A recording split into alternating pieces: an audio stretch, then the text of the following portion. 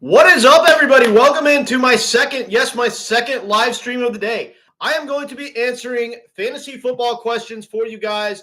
Now, I am implementing a new system in which I'm going to be answering you guys' questions to keep the flow of the stream more smooth and organized. What I'm going to be doing is I'm going to be answering you guys' questions in order. Now, in order to skip to the front of the line, all you got to do is drop a super chat, and I will go ahead and answer your question. But other than that, I'm going to be answering the questions in the order that they're received. So I'm going to be going from top to bottom because I know that sometimes I accidentally miss people's questions. And so I'm going to be going ahead and doing this live Q&A to ask me all of your start-sit questions for tomorrow. And let's make sure that we get our best lineup on the field for week 3. Again, guys, this is my second live stream of the day. If you didn't catch my live stream earlier, I dropped my top 24 running back rankings for the week. You might want to go check that out. But today we're going to be answering all start-sit questions. So go ahead and hop in here, hop in the chat. And the champ's in the house. How you doing, my man? Good to see you. Good to have you in. And yeah, I'm going to be answering all questions. The new system that we're using is basically I'm going to answer everyone's questions in order to skip to the front of the line super chat. But I'm going to be doing my best to get around to a lot of the comments and just making sure that I answer as many questions as possible. But in order to skip to the front of the line, go ahead and just super chat. Good to see you, DeChamps. We got some more people filing on in. Ask me your week 3 fantasy football questions, and I'm going to do my best to help you guys get your best lineup on the field for week 3 of the fantasy football season. Bucky Irvings or Alexander Mattison. I'm in a rough running back spot. You definitely are in a rough running back spot if you're contemplating starting one of those two guys. But I am going to be going with Bucky Irving here. I definitely like the matchup for Bucky Irving, and of either running back in this backfield, you have to ask yourself the question, which running back do you think has the best chance of taking over the running back 1 role for their offense? It's not Alexander Mattison. He's not going to take over the role from Zamir White. So Bucky Irving is going to be getting a healthy workload no matter what happens with Rachaad White. And if Rachaad White happened to go down with an injury, we know that Bucky Irving is an absolutely smash play for the rest of the season. But for this week, we've got a good matchup. Also going forward, do you think Braylon Allen is startable? I have Breece. So you would be considering starting Breece Hall in your main spot and then using Braylon Allen as a flex, I assume. I think that it's possible. I mean, what this does is it allows you to get guaranteed production. I mean, if Breece Hall were to go out and, miss out on 2 touchdown scoring opportunities, well, you have the guy that's siphoning the touchdowns away from him in the same lineup. So I think it's an okay play to play him and Braylon Allen at the same time, especially considering the fact that Braylon Allen is starting to get a pretty significant chunk of the workload.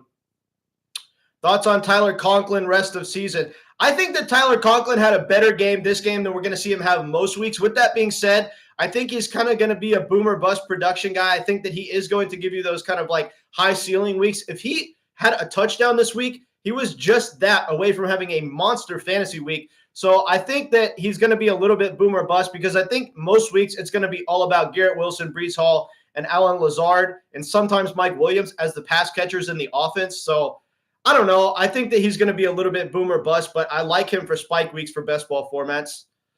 All right, guys, just to let y'all know, the new system I'm implementing for answering chats is I'm basically going down and I'm answering questions in the order they're received. If you want to skip to the front of the line in my chat, go ahead and super chat. We don't have a whole lot of comments in here right now, so super chats would be very much appreciated. Would I pick up Conklin?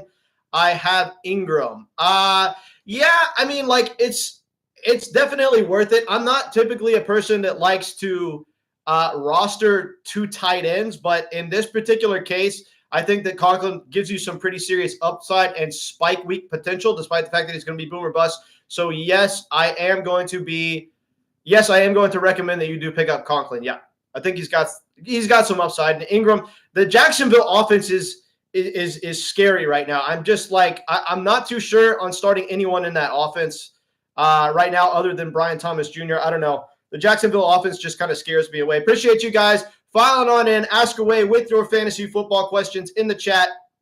And let's keep this chat rolling. Ask me your week 3 fantasy football questions, start, sit decisions for tomorrow specifically, but really just any fantasy football question that you have. If you want to skip to the front of the line, super chat, and I am going to, other than super chats, just do my best to go down and answer these questions in the order they're received. So far I've gotten around to everybody, and I'm going to do my best to answer your fantasy football questions. So blow up the chat. Ask as many fantasy football questions as you would like. I can't promise that I'll get around to every single person, but I am going to do my best. So keep asking away in the comments section. Let's get our best lineup on the field for week 3 of the fantasy football season. And let's keep this chat rolling. Everybody, welcome in, welcome in. We got a few more y'all filing on in. Appreciate you guys. Go ahead and blow up the chat. Ask all your fantasy football questions and super chat to skip to the front of the line. Appreciate you guys tuning in.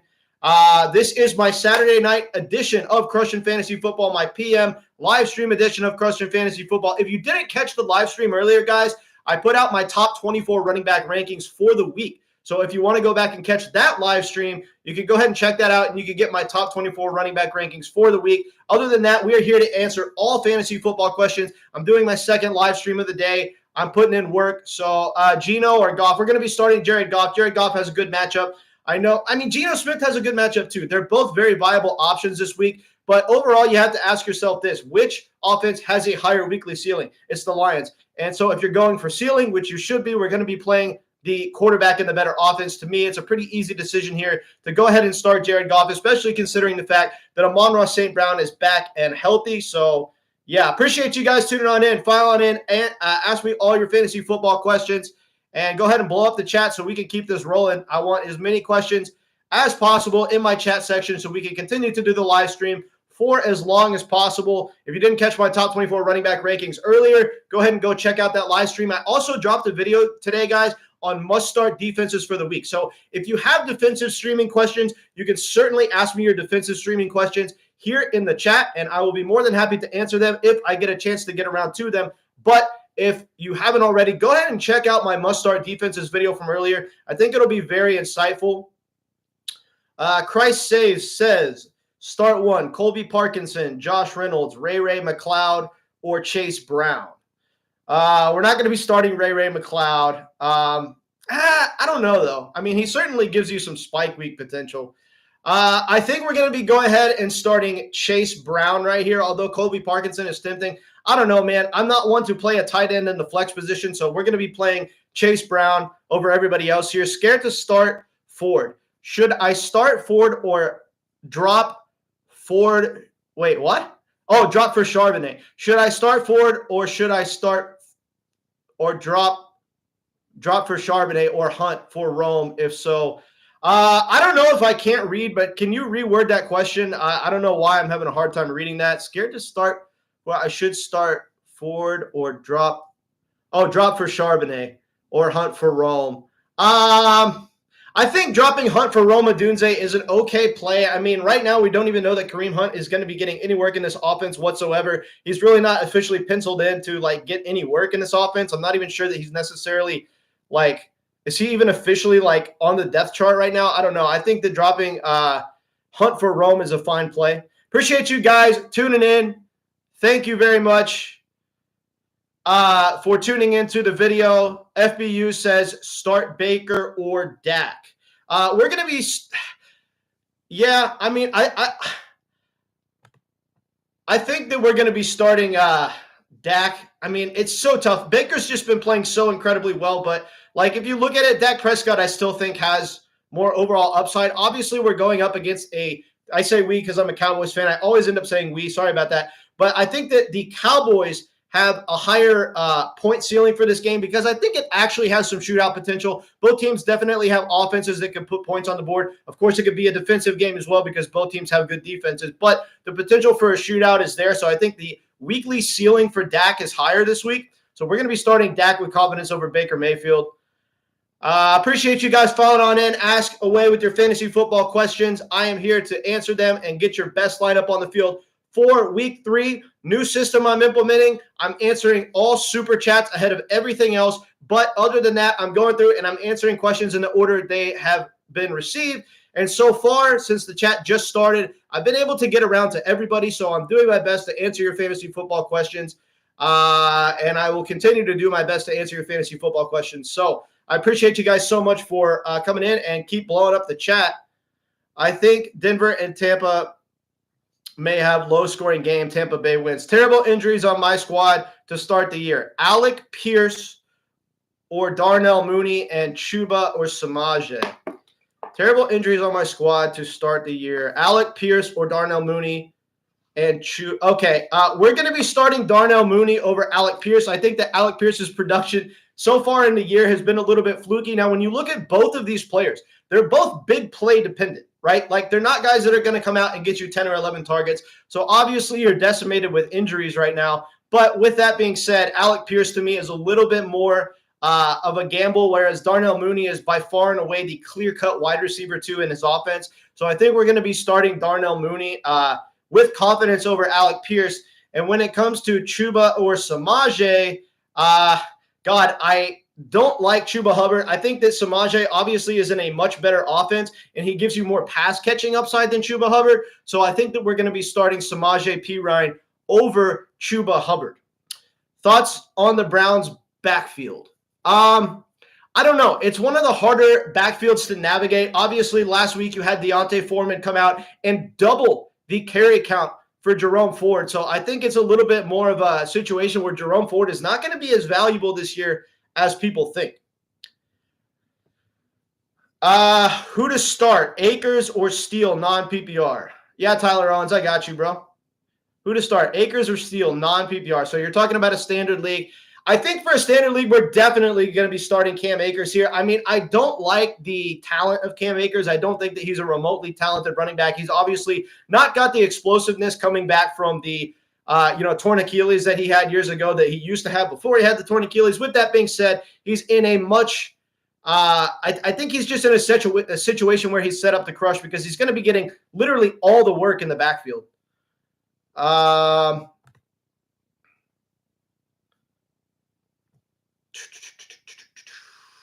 I think he trash. I'm a sale. You're going to sell? Yeah. Appreciate you guys tuning in. Ask away with your fantasy football questions in the chat. Drop a super chat if you want to support the channel, and I am going to answer these questions in the order they were received. I don't promise that I get around to every single question. Sometimes I miss them, but I'm doing my best to answer all fantasy football questions for week 3 of the fantasy football season. So go ahead and ask away. And as long as we can keep this going, I'm going to keep this live stream going. And I'm taking you guys up to kickoff tomorrow morning. No, I'm just kidding. But we are going to try to keep this going for at least an hour. I think you trash. I'm going to sell. Start Ferguson or Colby Parkinson. We are definitely going to be starting Jake Ferguson. To me, that's not even a question. Obviously, Parkinson could have the better week, being the fact that he's going to see an increased target share with both Cooper Kupp and Puka Nacua being out. But last week, he only had, like 2 targets? I mean, the dude isn't being targeted like we thought he was going to. And Jake Ferguson is a by far superior talent, a much, much better player in what is probably a better, more functional offense as of right now in the Dallas Cowboys. I don't trust the overall efficiency of the Rams offense with no Kupp and Nacua. So we are going to be starting Jake Ferguson. Traded Waddle and Ford for Derrick Henry. Thoughts? Traded Waddle. I think you absolutely fleeced that dude. I'm not that big on Derrick Henry, but considering the fact that Jalen Waddle doesn't even have his quarterback, we don't know when Tua's going to be back. He's on the IR. Apparently, he's not going to retire. Dude's crazy. I don't know. He really loves playing football, but at the end of the day, Ford is absolutely nothing. I mean, like, he got out-snapped and out-carried by what's his name? D'Onta Foreman last week, and Nick Chubb is going to be back sooner than later. So I don't know. I don't think that Jerome Ford has all that much fantasy value, and neither does Jalen Waddle right now. So I think you definitely won this trade. If being on the Derrick Henry end, you definitely crushed this dude in that trade. Appreciate you guys filing on in. Ask away with your fantasy football questions. Let's keep this live stream going. Let's blow up the chat and ask me your fantasy football questions. I'm doing my best to get around to everybody in the chat. But I'm going to be answering these questions in the order they're received. Thought on Brandon Cooks and Turpin. Which one would you start for the double up with Dak?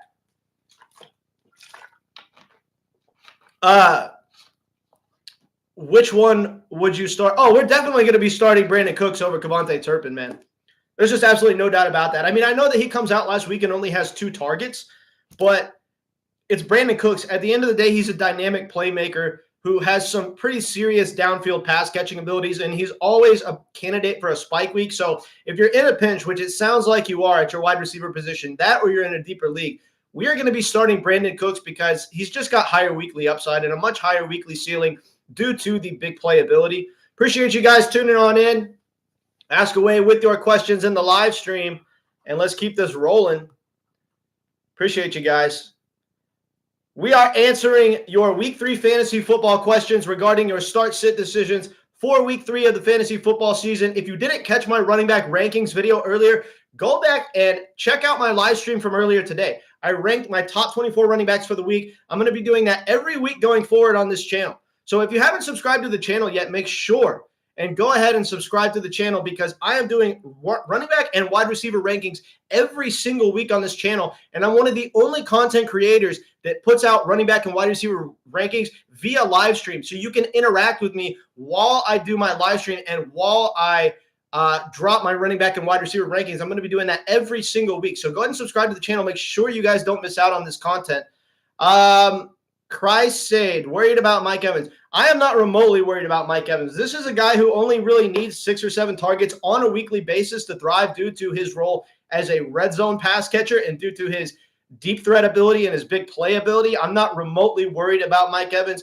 I think this is a guy who is going to get outperformed by Chris Godwin this year. I called that going into the season. Everybody knows because I never shut up about it that Chris Godwin is my most owned wide receiver on Underdog Fantasy with a 27% market share of Chris Godwin, but I'm not worried about Mike Evans. He's still by far and away, like whether you want to call it 1A or 1B, Mike Evans is the centerpiece of this offense. And so he's going to be getting not only targets, but high value targets and what is possibly going to be a good offense and an offense that exceeds expectations in the Bucs.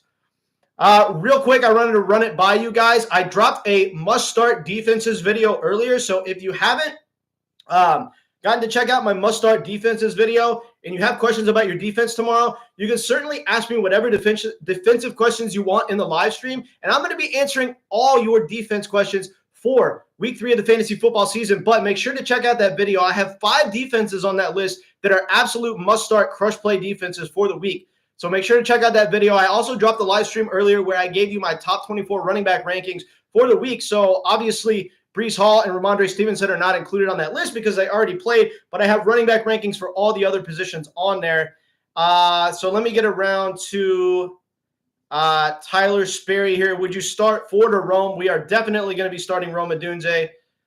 No, Mike Evans is the most consistent football player in the NFL. I mean, that might be a slight over-exaggeration, Emily, but like it's true. I mean, Mike Evans is incredibly talented and incredibly consistent. This dude has never had a wide receiver season of less than 1,000 receiving yards. I don't see why anybody would doubt him at any point, other than the fact that he is getting a little bit older and he is getting out targeted by Chris Godwin. But all Chris Godwin does is help the overall efficiency of the offense be better, eating those targets up out of the slot, helping the team move the ball down the field. All that does is give Mike Evans more red zone scoring opportunities. And we know that Mike Evans dominates in the red zone because of his extreme contested catch abilities and the fact that he gets peppered with targets within the red zone. I think that Mike Evans is going to be getting high value targets in what is a very solid offense in Tampa Bay. Should I trade Garrett Wilson? I don't know, man. I mean, like, I don't think that you can get that much for Garrett Wilson right now. Right now, his actual value is much higher than his perceived value. This is why I very rarely recommend selling players low. I mean, we want to buy low, sell high, right? You're not selling high on Garrett Wilson. You're trading a player who hasn't done anything for 3 weeks, and 3 weeks is enough for people to have serious doubt in a player, especially when it's the first 3 weeks of the season. So right now, considering the fact that Garrett Wilson's still probably going to break out, bro, he's still probably going to be really damn good. Right now, you can only get a ham sandwich for him. So I would not recommend trading Garrett Wilson whatsoever. Evans or Cooks or Zeke, flex standard. Evans or Cooks or Zeke, flex standard. Flex standard, Evans. So this is not even a debate. You're definitely starting Mike Evans. I mean, it's not even close with those, my man. Definitely Mike Evans. Appreciate you guys following on into the live stream. This is my second live stream of the day. If you haven't caught my live stream earlier, I have my top 24 running back rankings on the season in that live stream. I'm the only content creator that is doing wide receiver rankings and running back rankings on a weekly basis and interacting with my people in my chat while doing my running back rankings and wide receiver rankings on a weekly basis. So go ahead and make sure, if you have not already, subscribe to the channel. Help my channel grow. I'm going to be blowing this channel up this year. I'm posting videos every single week, at least 3 or 4 important weekly videos, and I'm live streaming even more than that. So I'm going to be putting in work on this channel this year, and I'm going to be helping you guys win leagues. So just make sure that you subscribe to the channel if you haven't already.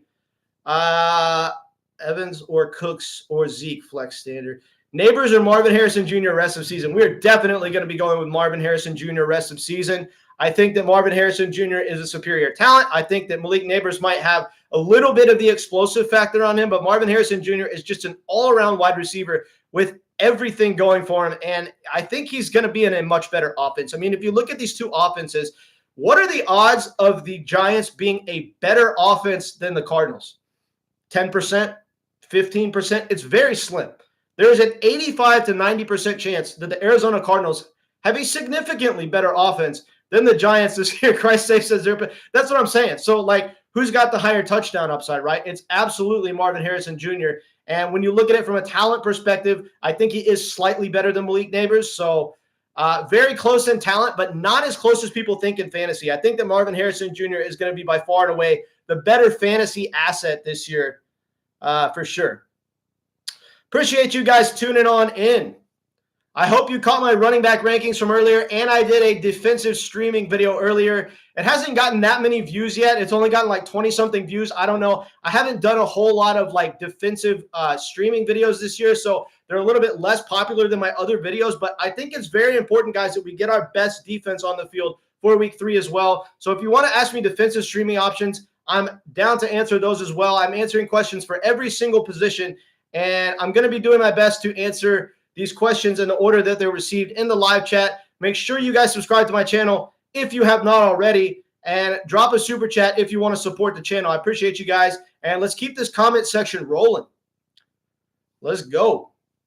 We got a few more you filing on in. Love to see it. Love to see it. Hit me up with your week 3 fantasy football questions, and let's get our best lineup on the field for week 3, guys.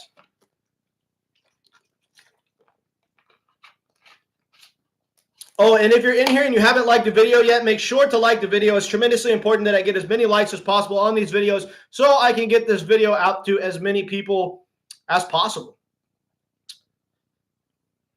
Appreciate you guys. Let's keep the comment section rolling. Fire up your fantasy football questions for week 3.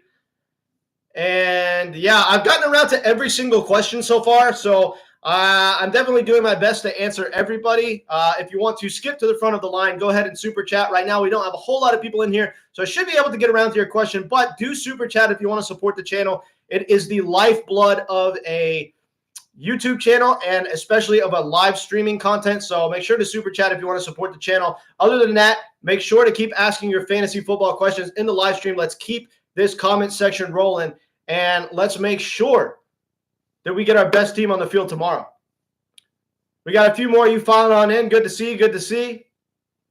Ask away, everybody. Fantasy football questions, live start-sit questions for tomorrow. Week 3 of the fantasy football season, the full slate of games. We obviously have 2 Monday night games as well. I'm going to be live streaming before the Monday night games as well, but I'm just making sure that we get our best lineup on the field for week 3 and the full slate of games tomorrow. Blow up the comment section, everybody. Ask away. Let's keep this rolling. I need comments in order to keep the video going.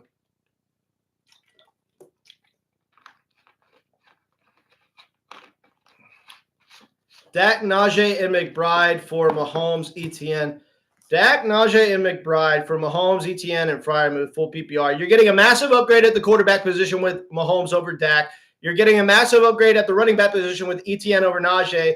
And you're getting a massive downgrade at the tight end position. I think that this is very close. I think that McBride is the best player in the trade, but Mahomes also has the upside to be a top 3 overall quarterback this year. I think I'm going to be slightly on the side of the Mahomes, ETN, and Freiermuth side of this trade. So if you're on the Mahomes, ETN, and Freiermuth side of the trade, go ahead and, yeah, fire that up. Go ahead and, yeah, I approve. Appreciate you guys tuning in. Ask away with all your fantasy football questions for week 3 of the fantasy football season. And let's keep this rolling. Transparent, what's up, my man? What is your feeling as to when McCaffrey will return? End of season possibly, or much sooner? I was telling people, if you saw my live stream earlier today, I was telling a lot of people, I don't think Christian McCaffrey is going to see the field this year. I think this is going to be one of those things that lingers all season long. Even if he's able to get on the field, I think that he is very much in danger of re-injuring himself immediately. I mean, he's dealing with Achilles tendonitis. He's dealing with, also like, he's got multiple injuries right now to the lower body, right? This is not a good formula for staying on the field. He's a 28-freaking-year-old running back. I called that going into this season. I said that he is probably one of the most risky players to draft, and that's why on Underdog Fantasy, I just don't have that many shares of him, and because you had to have the 101 pick to get him. But everyone was drafting him on last year's production when in all reality, he's probably just not even going to see a full opportunity share even when he gets back on the field. So this is a guy who, even when he does come back, is he not splitting the backfield with Jordan Mason? I think he's going to be splitting the backfield with Jordan Mason. And so to answer your question, I do think that we're going to need to get lucky for him to get on the field. And when he does get on the field, is he even going to be the Christian McCaffrey that he used to be? I very much don't think he's going to be. So when it comes to Christian McCaffrey, I'm not feeling too good about it. And I think it's unlikely that he plays any significant time this year. What is up, Eber in the house? He won't come back because I grabbed him in the 8-teamer and I failed to grab Mason. Yeah, man, I was telling everybody grab Mason if you're going to be grabbing Christian McCaffrey, but I don't know, man. It's tough. He was the 101, and, it was hard not to draft him at the 101, considering the fact that, when he's healthy and on the field, he does have the highest ceiling in fantasy out of any position. So transparent. What is realistic then for a possible trade for Christian McCaffrey at this point? Well, I think what you're going to be trading Christian McCaffrey to is you're going to be targeting teams that already have a 2-0 record, right? Because these are going to be teams that are looking out for the long term. They're going to be teams that are going to be wanting to be good down the stretch because 0-2 teams, 1-1 teams, they're a lot more concerned with win now. So if a team happens to go 3-0 in your league, you can offer that team Christian McCaffrey, and they will probably bite because they have time to, weather the storm on some losses and stash Christian McCaffrey on their bench and potentially use him for the fantasy playoffs. So first of all, you're going to be targeting teams with a 2-0 or better record for Christian McCaffrey. And then realistic for a possible trade with Christian McCaffrey, I think the best player you can get for Christian McCaffrey is like somebody who was drafted in round like 4 or 5, bro. I think he's already dropped that much in value considering the fact that, you've got players like J.K. Dobbins that you got like for free in fantasy drafts. And there are players right now that wouldn't do that trade straight up because you don't even know that Christian McCaffrey is going to see the field. And J.K. Dobbins is coming out and it looks like he's going to be 100% healthy this year. So I don't think you could get that much for Christian McCaffrey right now, honestly, bro. You could try to sell the name value and definitely try to target teams that are 2-0 with Christian McCaffrey. So, yeah. Neighbors or Cooper this week? You're talking about Malik Neighbors or Amari Cooper? Amari Cooper, no, we're definitely going to be starting Malik Neighbors. I mean, Malik Neighbors, obviously a guy who comes out last week and gets 16 targets. Right? Oh, no. He had 18 targets. I mean, this dude is just being absolutely peppered with targets. I mean, I think it's very much because of the fact that Daniel Jones is a guy that his career is on the line, right? And if he doesn't start to make something happen in the offense this year, he's not going to be a starting quarterback in the NFL, and he doesn't deserve to be. So what he's doing is he's putting Malik Neighbors on his back. Or Malik Neighbors is putting Daniel Jones on his back. And Malik Neighbors is going to potentially carry this team. Meaning, like, yes, not a whole lot of touchdown upside because the overall efficiency of the offense just isn't good. But this dude could come out and legitimately average 12 targets a game this year. If he led the NFL in targets per game at the wide receiver position, I wouldn't be surprised. And so for PPR formats, even if he doesn't have touchdown upside, if you go into a given season and say, this wide receiver is going to lead the league in targets in a PPR format, the dude is a money play. And Malik Neighbors has the upside to actually do that. I like him much better this week and better from a season-long perspective than Amari Cooper. I have all my lineups set and ready. I'm just a little nervous about starting Higgins and Woodley. I wouldn't be nervous about starting T. Higgins. Look, T. Higgins is absolutely fed when he's on the field. It looks like he's going to be playing. Like, why are you nervous to start T. Higgins? I wouldn't be nervous to start him. I think that he is going to be a fine play for this week. I tried to trade CMC for JK in one league and isn't that crazy? So, like, we're 2 weeks into the season, and people legitimately will not trade J.K. Dobbins for Christian McCaffrey. Christian McCaffrey was a consensus 101. J.K. Dobbins was taken in, like, round 97. If there was that many rounds for the draft, that's how late J.K. Dobbins got taken. He was damn near free in a lot of leagues. And so now you come out and you offer the consensus 101 pick for J.K. Dobbins, and people won't do it. It's absolutely crazy. It's amazing how quickly this league changes based on injuries and early season breakout performances like J.K. Dobbins. So, yeah, I'm honestly, Eber, I am not surprised at all that that's the case. Neighbors top 5 rest of the season. I think that Neighbors has top 5 upside rest of the season. I think that the ceiling for Malik Neighbors is potentially top 5 overall wide receiver in fantasy. The ceiling is there. That being said, if I was a betting man, I wouldn't say that I think Malik Neighbors is going to be a top 5 wide receiver in fantasy rest of season. I think that Malik Neighbors is more of like a top 12 or 13 realistically, just because the touchdown upside isn't there. But like I said, he has an outside shot to lead the league in targets. And if you're a wide receiver that leads the league in targets, well, you obviously have some pretty serious PPR upside. So I like Malik Neighbors to, yeah, I mean, the ceiling for top 5 is there, but I just think that top 12 or 13 is a lot more realistic for Malik Neighbors. When you look at this guy, though, I love his talent. I mean, I love the explosiveness. I love the fact that Daniel Jones is going to be targeting him like crazy. So Malik Neighbors to the moon for sure, but top 5 might be a little bit of a stretch. Appreciate you guys tuning in. If you didn't catch my running back rankings video earlier, I dropped the live stream earlier in the day. Some of you that are in here now saw it. I've got my top 24 running back rankings in that live stream. So go ahead and tune into that live stream when you're done with this one, and make sure to catch my top 24 running back rankings. You can also get, all the questions that were in the chat and my answers to every single person's question in the chat, because last live stream I was able to get around to everybody. What I'm doing now is I'm implementing a new system. If you want your question answered for sure and immediately, just drop a super chat. It helps support the channel tremendously. And what I'm going to be doing is, other than super chats, I'm going to be going through and answering everybody's question in order, right? So far I've gotten around to almost everybody, not quite everybody, but as this really starts to fill up, if you want to skip the line, go ahead and super chat. I'll make sure to answer your question. It goes a very long way to support the channel, so I do appreciate you guys. FBU says, who should I offer for CeeDee Lamb, Amari, Garrett, Evans? Let's see here. Who should I offer for CeeDee Lamb, Amari, Garrett, Evans, Amari, Zeke, Trey Benson?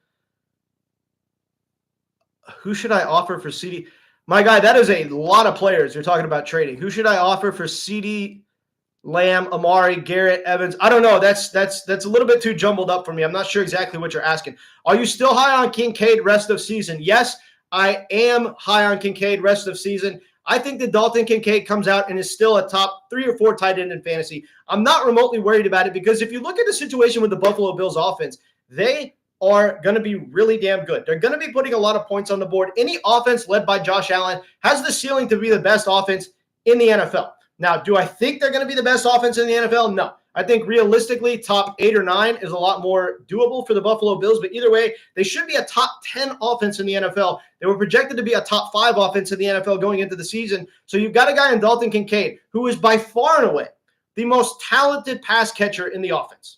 There's just absolutely no doubt that he is the most talented pass catcher in the offense. So you got to figure that the target share for Dalton Kincaid is going to go up this season. And given the inherent ceiling in being in a Josh Allen-led offense, I don't see any way in hell you could have this guy on your bench, despite the fact that he's underperformed a little bit in the first 2 games of the season. Appreciate you guys tuning in. We got more of you filing on in. Good to see you guys. I hope you caught my running back rankings video earlier this week. If you're new to the channel, make sure to subscribe, guys. I am going to be at this all year. I'm going to be blowing this channel up this year. This is going to be one of the biggest fantasy football channels in the land come end of season. And I am on a mission this year to help you guys win leagues. So make sure to drop a like on the video, subscribe to the channel if you haven't already. And I'm going to continue answering these questions in order. I'm a massive Neighbors truther. Tried to buy low and multiple leagues PPR. Okay, I guess you're smarter than I am, Ever, because after week 1, I didn't really like Neighbors all that much, but after this past week, seeing the way that Daniel Jones targets him and seeing the fact that, he's going to be by far and away one of the most targeted wide receivers in the league, and like I said, he does have the ceiling to be the most targeted player in the NFL this year. Of course, if Cooper Kupp is healthy, I think that Cooper Kupp is going to lead the league in targets per game at the wide receiver position. But right now, Cooper Kupp's not even healthy. So if you take the target totals at the end of the season, and if Malik Nabers was the leader in the NFL in targets at the end of the year, I would not be all that surprised. So it's good that you're a Nabers truther. I think he's got some pretty serious upside. What is good, Andre? How you doing, my man? Eber, Cowboys versus Ravens, low scoring, I think. I think that this is one of those games that it just obviously has like the potential to go either way, because if you look at both sides of the ball, the Cowboys and the Ravens are projected to be top 5 overall offenses in the league. Now, I think that both offenses are a little bit overhyped, and I think that they're both stronger on the defensive side of the ball, so the game certainly could be a low-scoring game. Lamar's going to have to run for his life tomorrow. Yes, Lamar is going to have to run for his life tomorrow. The Cowboys' pass rush is wicked, despite the fact that they weren't able to handle the Saints. I thought that they were going to give Derek Carr fits, but I don't know. Appreciate you guys tuning in. Ask away with your fantasy football questions for week 3 of the fantasy football season. Let's get our best lineup on the field. I am going to be answering all super chats as priority, but I'm doing my best to go in and answer all fantasy football questions. I'm answering these in the order they've received. I've gotten around to most people in the chat so far. If I haven't gotten around to you, I'm sorry. It happens, but I'm doing the best I can to answer all fantasy football questions. If you didn't catch my rankings video earlier, make sure to catch my running back rankings live stream that I dropped earlier on the channel. And let's go ahead and keep this chat section rolling and get as many people in here as possible. I want at least 20 people in this live stream. I want to gain at least 10 subscribers off this video. So let's go ahead and keep the chat section rolling and blow up the chat section. Ask as many fantasy football questions as you want. I am blowing up the channel this year, so make sure to subscribe if you haven't already. We got 6 of you in here. Make sure to like the video, subscribe to the channel. And if you didn't catch my defensive video earlier, I made a video earlier today about defensive streaming options. So if you have any questions about that video, or you have questions about your defensive streaming options for tomorrow, because I do always recommend streaming a defense, ask me your question on defensive matchups. I love answering those. I think that other fantasy analysts don't pay enough attention to the defensive position in fantasy, because especially in standard leagues, but in PPR too, that position can give you massive point swings, considering that some people's defenses come out and give them negative points. So I love answering questions on defense as well. I want to go deeper than other content creators and make sure that I'm answering these fantasy football questions to the best of my ability.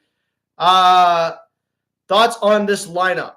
12-team PPR, Hurts, Kyren, Jacobs, Amon-Ra, Higgins, Mark Andrews, flex. Thoughts on this lineup? 12-team PPR, Hurts, money quarterback. Kyren, Jacobs, absolutely awesome. Amon-Ra, I think that T. Higgins is a pretty decent wide receiver too. I'm going to give that team a very good rating, my man.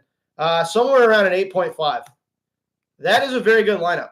Now, obviously, you could upgrade your wide receiver position a little bit, but I like T. Higgins. I think that this is a guy who, considering his role in the offense and considering his talent level, T. Higgins could be a top 12 wide receiver in fantasy as long as he stays healthy and on the field. The difference between him and Ja'Marr Chase, it's not that big, right? Like on a weekly basis, T. Higgins has the upside to outscore Ja'Marr Chase. When you total the points at the end of the season, Ja'Marr Chase will be the better fantasy wide receiver, but at the end of the day, T. Higgins has some pretty serious upside himself. So we are going to be starting T. Higgins with confidence, and I think that he's an okay wide receiver too for your team. Appreciate you guys tuning into the video. I'm doing my best to get around to everybody's fantasy questions.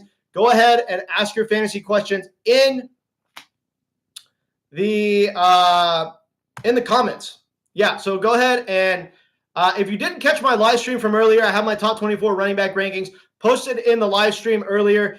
If I missed your question earlier, sorry about that. If you want to skip to the front of the line and make sure that you get your question answered, make sure to drop a super chat. It goes a long way for helping the channel as well. So if you wanted to super chat, that's very much appreciated, and I will give you a much more thorough answer to your question if you super chat me.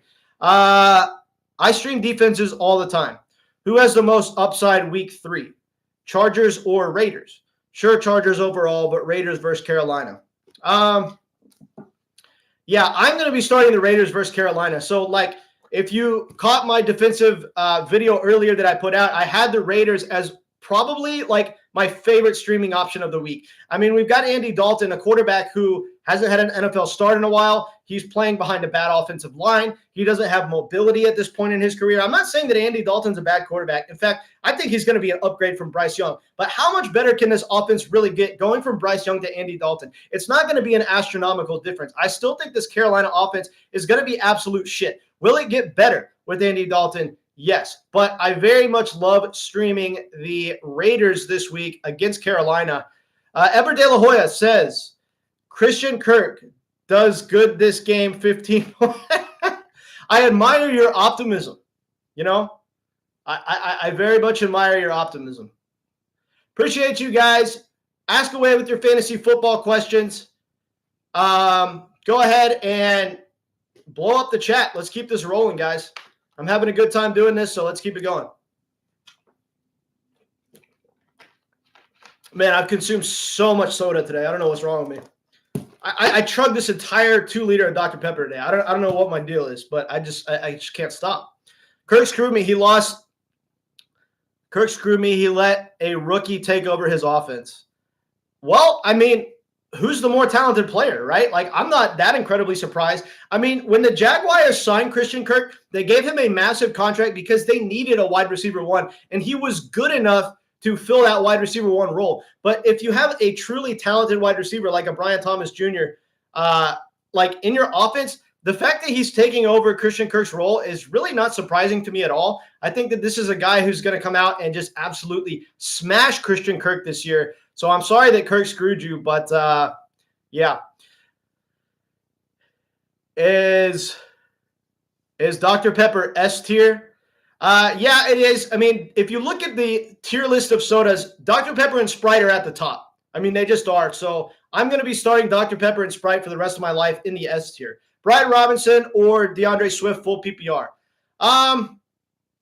We're definitely going to be starting Brian Robinson here, I think. I mean, if you look at the inherent ceiling, I think it's higher. I think that the Bears' offense is absolutely it's laughably bad. It's almost like a college-level offense, and it's crazy because they do have some talent with Rome Odunze and, DJ Moore. They should be able to move the ball, but they just can't. I really wasn't big on Swift going into the season. I have 0%, proudly 0% shares of DeAndre Swift on Underdog. I think that Brian Robinson is the much better play this week, and I think that he is the much better play going forward. So we're going to be starting Brian Robinson. Appreciate your question, Rave. Rave, I haven't seen you in here before. Make sure to blow up the chat, man. Ask as many fantasy football questions as you would like. I'm doing my best to get around to everybody. Yes, Rave, I got you, man.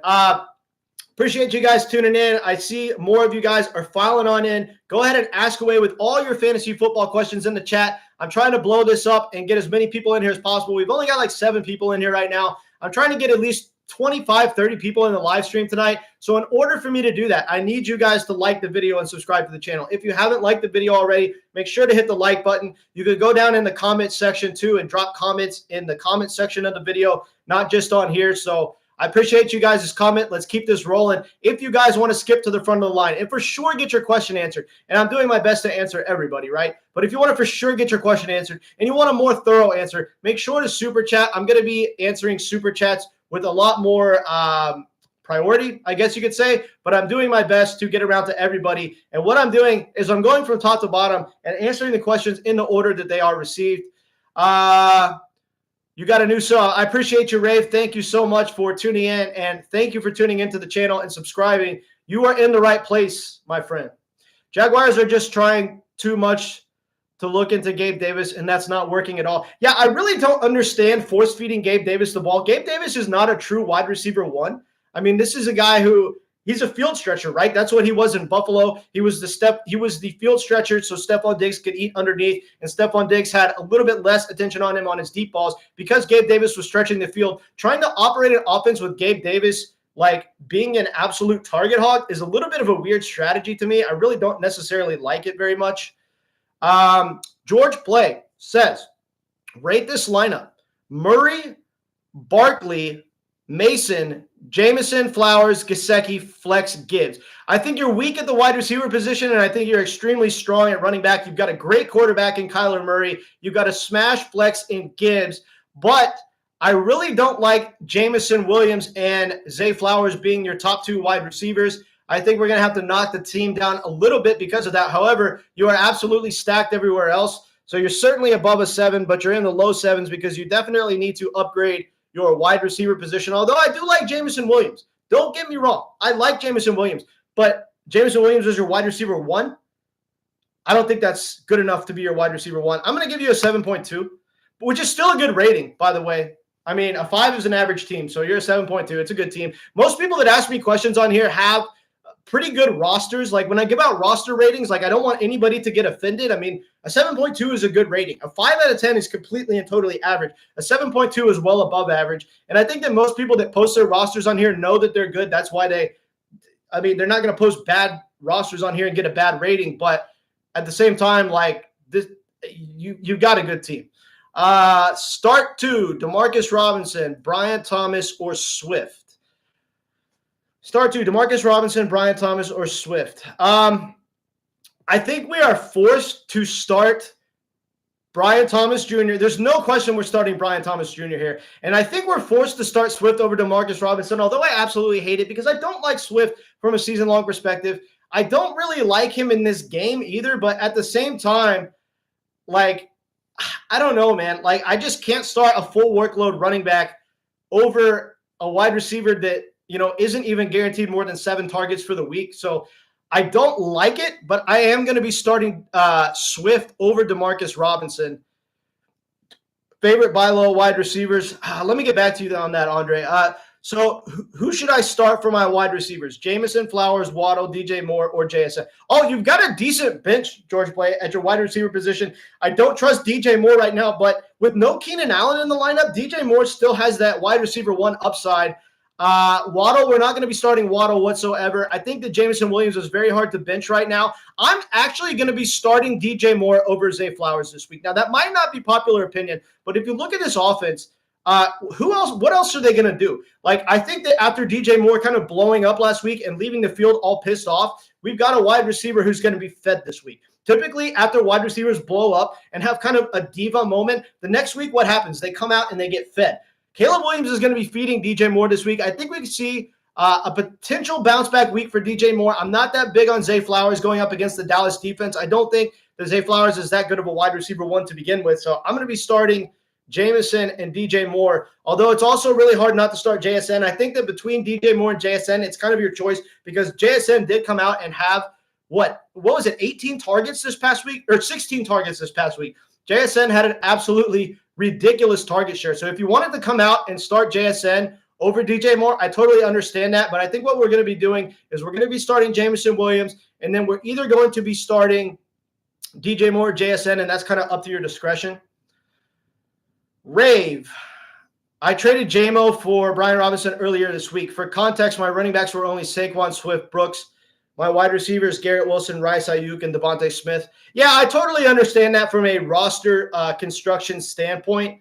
Like when you look at these players, though, I think that like from a full PPR perspective, I think that Jameson Williams might actually be slightly more valuable because you've got a guy who's had 20 targets through 3 weeks or through 2 weeks. And if you came out at the beginning of the season and you asked yourself, how many targets is Jameson Williams going to have through 2 weeks? I would have said 5 or 6. Like a very, very small amount. Considering that Amon-Ra St. Brown and Sam Laporta and Jahmyr Gibbs are such target hogs, I wouldn't have thought that Jameson Williams would have come out and been such a target hog in the early season, but he had 11 targets in week 1. He had 9 targets in week 2, or it might have been flip-flop, something like that. But like at the same time, the dude is just an absolute beast. They bragging their rosters to me, my fully injured squad. Yeah, Eber, I'm sorry that your squad is so banged up, but keep in mind it's very early in the season. Other people in the league are going to have injuries as well. Injuries are part of fantasy. It's part of the variance of the game. That's why we play in multiple leagues on a season-to-season basis. So I hope that it turns around for you injury-wise. Rave says, I have Kupp, A.J. Brown, and Pacheco as one team. LOL. I have start Brian Thomas and Swift. Oh, okay. Okay. Yeah, you've been absolutely decimated with injuries as well. It's amazing. I think that of all my years of watching football, I have never seen so many injuries through 2 weeks of the season. It is absolutely mind-blowing how many injuries we've had through 2 weeks. I mean, it's just crazy. Rave, I tried for Pollard, Jones, and other running backs. None of them worked, so I settled for B-Rob. You tried for Pollard, Jones, and other running backs. I don't think that's necessarily bad. I mean, like, if you look at Brian Robinson Jr., I still think he could have a better season than Tony Pollard. I'm not saying that it's going to happen, but if you look at the inherent ceiling for the players, Brian Robinson's overall ceiling is very high. I mean, he's playing in a Washington offense that's going to exceed expectations.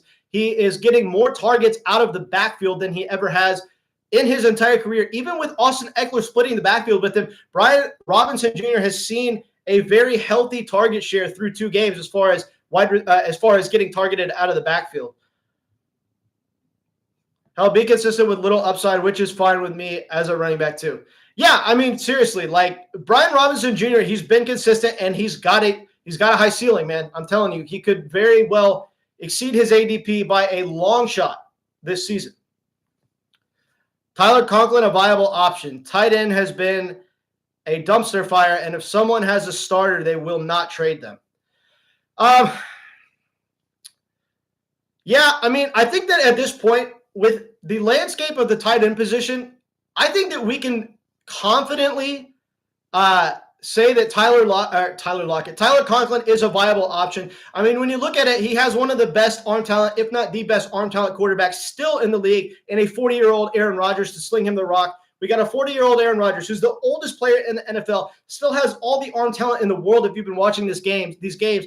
And there's a reason why I drafted a lot of Tyler Conklin on Underdog. I knew that he had this upside. He was a touchdown away from having a monster game this past week. So while I do think he's a little bit on the boomer bust side, I think that Tyler Conklin, given the inherent ceiling on a weekly basis, is a viable starting option.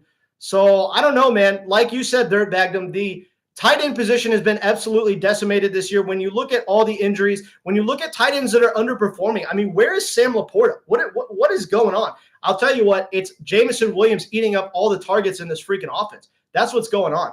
So I don't know, man. It's tough right now at the tight end position. If Ekeler goes down, he'll go nuclear. Yes, if Ekeler goes down, he will go nuclear because, well, like he's going to be getting 7 or 8 targets a game out of the backfield if Ekeler goes down. Ekeler is kind of just that pest now at this point in his fantasy career. I knew that Brian Robinson Jr. was going to be the wide receiver 1 in the offense, the running back 1. I can't talk right now. The running back 1 in the offense going into this season.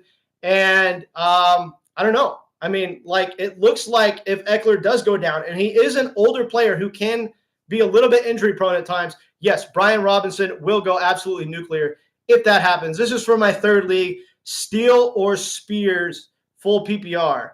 This is for my 3rd league, Steele or Spears. Oh, we're gonna be starting Steele. I mean, he's in a way better offense, and there is the chance that he is the main back in his offense. Whereas with Tyjae Spears, there's an absolute guarantee that Tony Pollard is just the guy. Right. And also Tony Pollard is getting targets out of the backfield. Tyjae Spears' upside this year was solely supposed to be on his pass catching role. And the only reason we saw him in such a pass catching role last year was because Derrick Henry is not a pass catching back. Now that you've got an elite pass catching back in Tony Pollard who can be used as a wide receiver, Tyjae Spears' upside just absolutely goes out the window.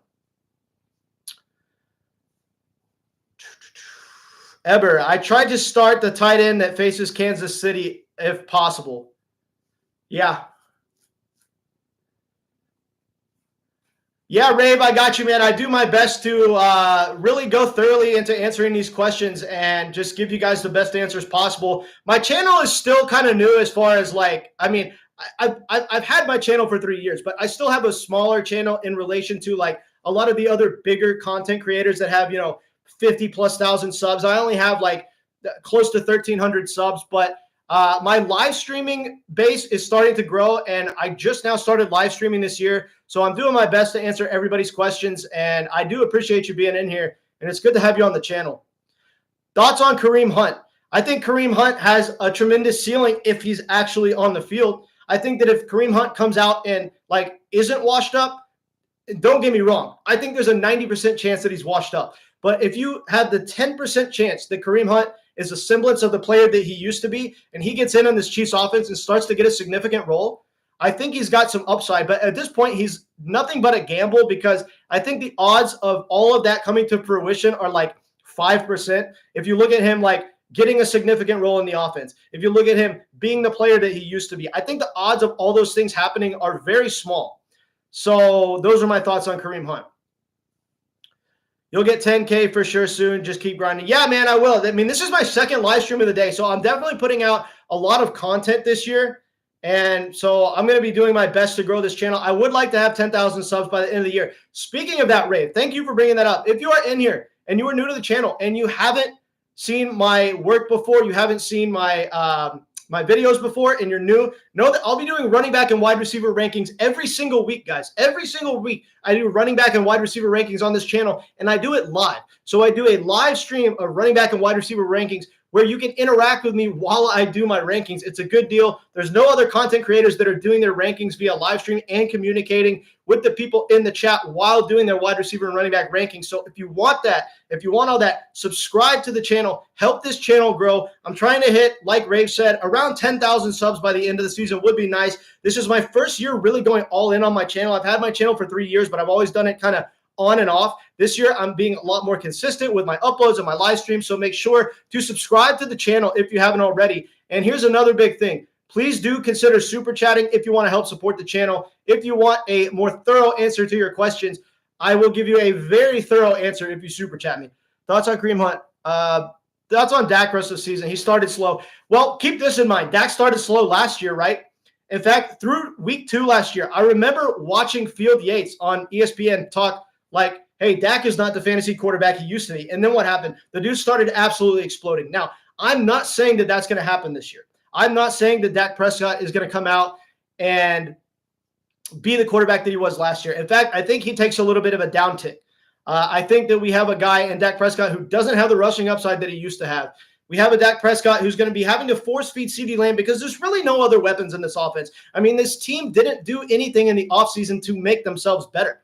Right? They didn't sign any of the stud running backs. They've got a bunch of washed up old running backs or non-talented running backs in their backfield. They've got an aging Brandon Cooks. They've got Jalen Tolbert probably going to be being their wide receiver too. This is not a good offense. So considering the fact that everything is just going to be force-fed through CeeDee Lamb and teams are going to be keying in on CeeDee Lamb, I think that the Dallas Cowboys offense is way overhyped this year, and I don't think that they're going to be as good as everybody thinks.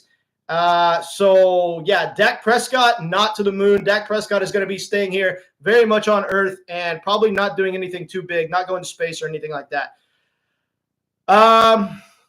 Eber, I don't understand what was Kareem Hunt for. Browns use him as a goal line, but that's Steele's role in Kansas City. Well, it's just a depth piece. Kareem Hunt is a depth piece. That's why I'm saying, like, the odds of him coming out and getting a significant role in the offense and absolutely, like, coming out and just crushing are, like, around 5%. They're very small. But in the case that that happens, he could absolutely get you a shit ton of fantasy points. If all of that works out just perfectly, like if there's an injury in front of him, like say Steele goes down with an injury or Pirine or whatever, we have a running back in Kareem Hunt who is a talented back despite being at the back end of his career in an offense that he is, run for before, and he has some pretty good upside in the offense. I think if everything works out for him, I just think there's a very small chance that that happens. Start 2 wide receivers. Jay Moore, what's up, man? Start 2 wide receivers. Flex 2, Mason, Dell, Higgins, Neighbors, Rice, Ford. Start 2. We're going to be starting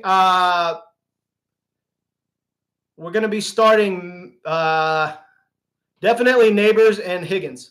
I appreciate you guys tuning in. Keith, good to see you in here, my man. Thank you for tuning in to the podcast. I don't think I've ever seen you before. I do appreciate your question. Malik Neighbors or JSN? We're going to be going with Malik Neighbors. I mean, when you look at these 2 players, who's the more talented players? It's Malik Neighbors by at least a little bit, right? He's more explosive. He's got more big playability. Both wide receivers are getting targeted like crazy in their offense. So if you look at the target share and the inherent ceiling, it's very high for both players. But I very much think that the entire Giants offense is going to run through Malik Neighbors. So we're going to be starting Malik Neighbors over JSN. Andy Reid likes to play weird stuff on RZ. Should I keep Corum on roster? I own Kyren Williams. Yeah, I think it's important only if you own Kyren Williams to have him as a cuff. I mean, Kyren Williams could go down with an injury at some point. And at that point, Blake Corum comes out and probably could just be an absolute monster. Rashad Rashee Rice to the moon. Yeah, Rashee Rice definitely to the moon. I mean, if you look at Rashee Rice, this is a guy that, like in underdog drafts in the early part of the offseason, he was going as the third wide receiver off the board because you had the off-the-field issues. You had Hollywood Brown and Xavier Worthy getting drafted to the team. Hollywood Brown coming in over trade, honestly, is what I mean. And it looked like Rashee Rice was going to be the number 3 wide receiver. Well, guess what? That's not the case. Rashee Rice is the wide receiver 1 in Kansas City. There's just absolutely no doubt about it. Xavier Worthy is still very raw. He's still a guy that's going to be used for a lot of jet sweeps and end arounds and, deep balls used to stretch the field. Xavier Worthy only has 7 targets through 2 games. So Rashee Rice is the target hog in this offense. This dude has the upside every single week to get you 10 targets in what is possibly going to be one of the best offenses in the NFL, probably going to be one of the best offenses in the NFL, and Pat Mahomes. So when you say Rashee Rice to the moon, I very much agree with you, my friend. I love my Rice pick. His ADP was in the 7th round, and I snagged him. Yeah, I mean, if you got Rashee Rice in the 7th round, you got a player who can return 2nd-round value in round 7. So obviously you've got a guy who can return tremendous draft value for you because, well, you got him in round 7, and he could produce like a round 2 wide receiver. I missed the Chuck era at yeah. You missed it. Yeah.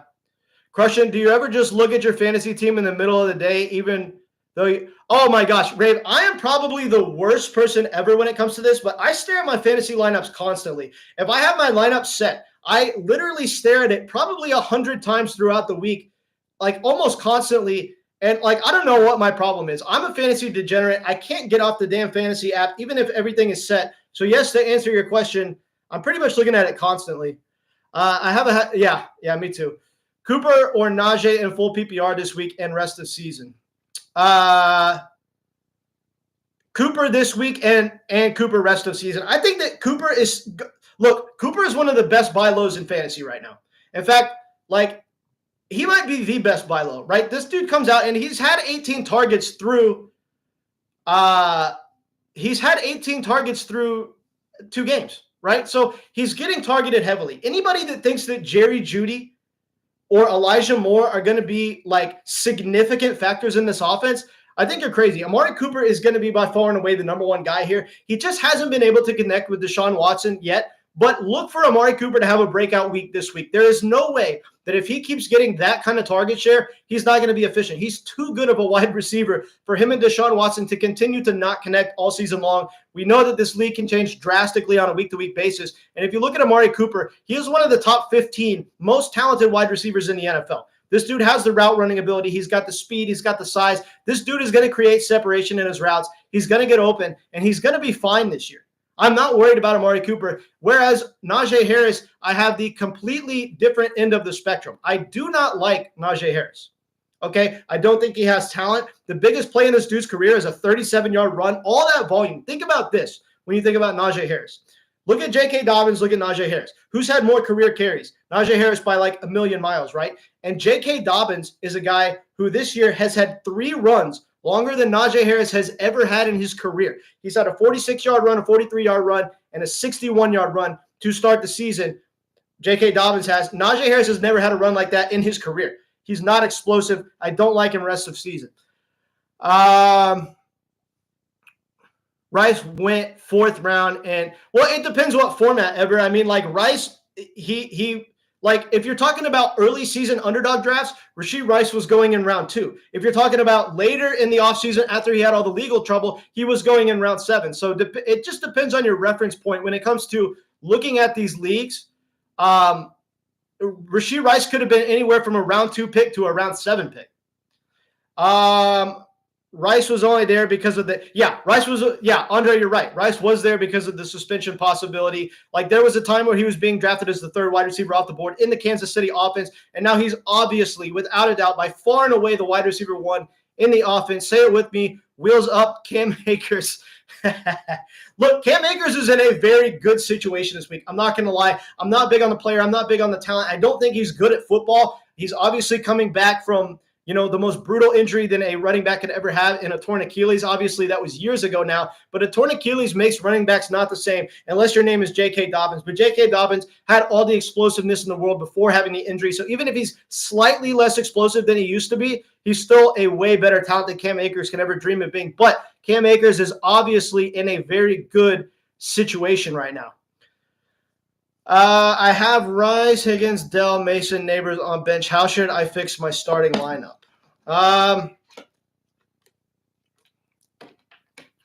Let me get back to you on that one.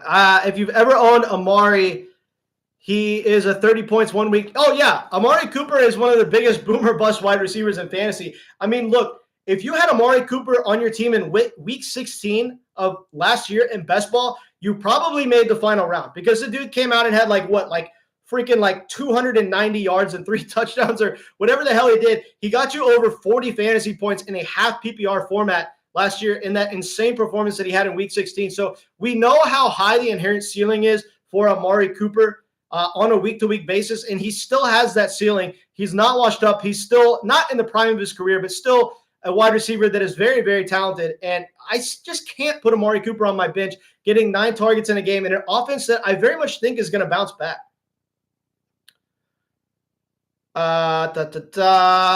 Eber, he got me 52 points PPR. Yeah, that week 16 performance, he got 52 freaking PPR points. What was it, 290 yards and 3 touchdowns? It was something like that. It was absolutely crazy. Guys, if you're in here and you haven't yet liked the video, make sure to like the video. If you haven't tuned into my live streams before, know a few things. I'm doing my running back and wide receiver rankings every single week. All right? Every single week. So tune into the channel every single week. Make sure to subscribe. I want to gain at least 10 subscribers off this video. I want to get more people in here. We don't have a whole lot of people in here right now. If you can, hit the like button, blow up the comment section, and let's keep this chat rolling. We do need comments to keep the channel flowing. We do need super chats to keep the channel flowing. I'm in here for a little bit over an hour and I haven't had a super chat yet. A super chat or two would be very much appreciated. I will give you a much more thorough answer if you super chat me, although I'm doing my best to get around to everybody. Oh, yeah, we're caught up. Yeah, guys, blow up the comment section. Ask as many fantasy football questions as possibly come to mind. Start Neighbors, Higgins, and bench Dell. Start Neighbors, Higgins, and bench Dell.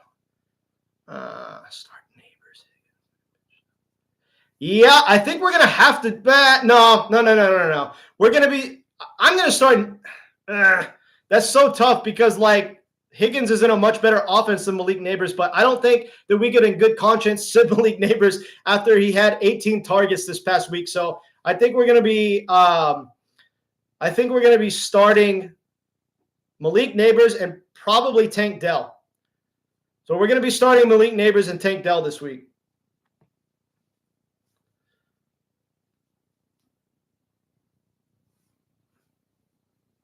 You're wondering who to bench, Dell or Neighbors?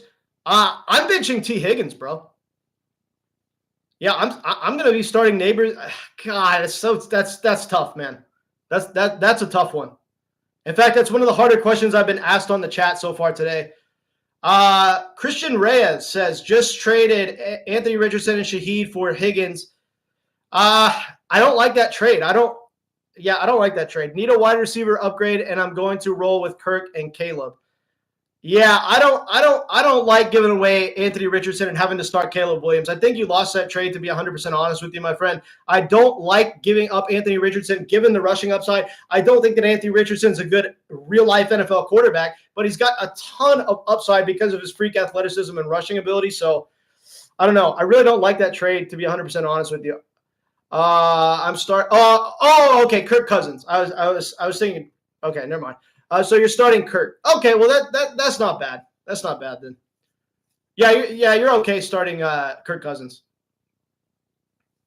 Oh yeah, he probably will. I mean, look, Kirk Cousins is a guy who gives you pretty decent fantasy upside, and there is always the possibility that he turns it on at some point. Obviously, you don't get a whole lot of rushing upside with Kirk Cousins, but yeah.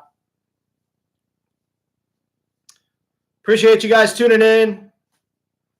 Keep blowing up the comment section. Let's keep this rolling. Eber, appreciate you, my man. No questions, just supporting. Eber, very much appreciate the super chat. That is my first super chat on the video on the live stream today, so I do appreciate you, my man. And wouldn't be the same without you on here. Thank you very much. Kirk is going to get hot, I think. Oh, yeah. I already answered that question. Keep blowing up the comment section, guys. Make sure to ask as many fantasy football questions as you possibly can. And I'm going to do my best to get around to everybody. Super chats, skip you to the front of the line, but I'm doing my best to answer every question in order. I've gotten around to most people on here. I've literally, I won't want to say I've answered every question, but I've answered about 85 to 90% of the questions that are in my chat. So I'm doing my best to get around to everybody. So go ahead and blow me up with your fantasy football questions. Let's get your best lineup on the field for week 3. 16-man, $300 league. Kurt, Breeze, Etienne, Amon-Ra. 16-man, 300. Pitts, Terry. Yeah, I mean, that's not bad. I mean, you've got who I still think is going to be the running back 1 in fantasy. I still think that Breece Hall is going to be the running back 1 in fantasy, despite the fact that Braylon Allen is getting a lot more work than a lot of us expected. I still think that Breece Hall is pretty much the best asset you can have in fantasy. You have Amon-Ra St. Brown. Yeah, I like that team. Thoughts on Keon Coleman? Thoughts on Keon Coleman? I think that the Buffalo Bills offense is going to support Keon Coleman. I still think that Keon Coleman is going to bounce back and be the number 1 wide receiver in the Buffalo Bills offense. I know that after this past week, a lot of people are going to say Khalil Shakir, but Khalil Shakir just isn't enough of, I don't know. I just don't. Khalil Shakir is not that good of a player. Keon Coleman is the better player. He's the better prospect. He's the better football player. It's just the fact that he's a rookie. We need to give Keon Coleman a little bit of time to kind of stick around and really get integrated into the offense. I think that the order of pass catchers in this offense is going to be Dalton Kincaid, number 1, Keon Coleman, number 2, and then everybody else is going to kind of split target share. If you look at this Buffalo game from the past week, they didn't need to pass the ball. So everybody's freaking out about the fact that Keon Coleman didn't have fantasy production, but at the same time, the Buffalo Bills didn't need to pass the ball. Josh Allen barely passed the ball in this last game because he didn't need to. They were up so much on Miami. They beat the shit out of them from earlier in the game. And so all they needed to do was run. That's why James Cook had the monster game. This was not the right game script for Keon Coleman. I still think that Keon Coleman is going to bounce back significantly, and do not drop him. Do not sell him. Right now, you can't sell him for anything, right? I mean, what are you going to sell Keon Coleman for, right? So, you can't drop him. You can't sell him. So right now, I think he's best served as a bench stash or potentially even still good enough to be a flex. Edward says, Kurt getting 15 points PPR this week. Yeah,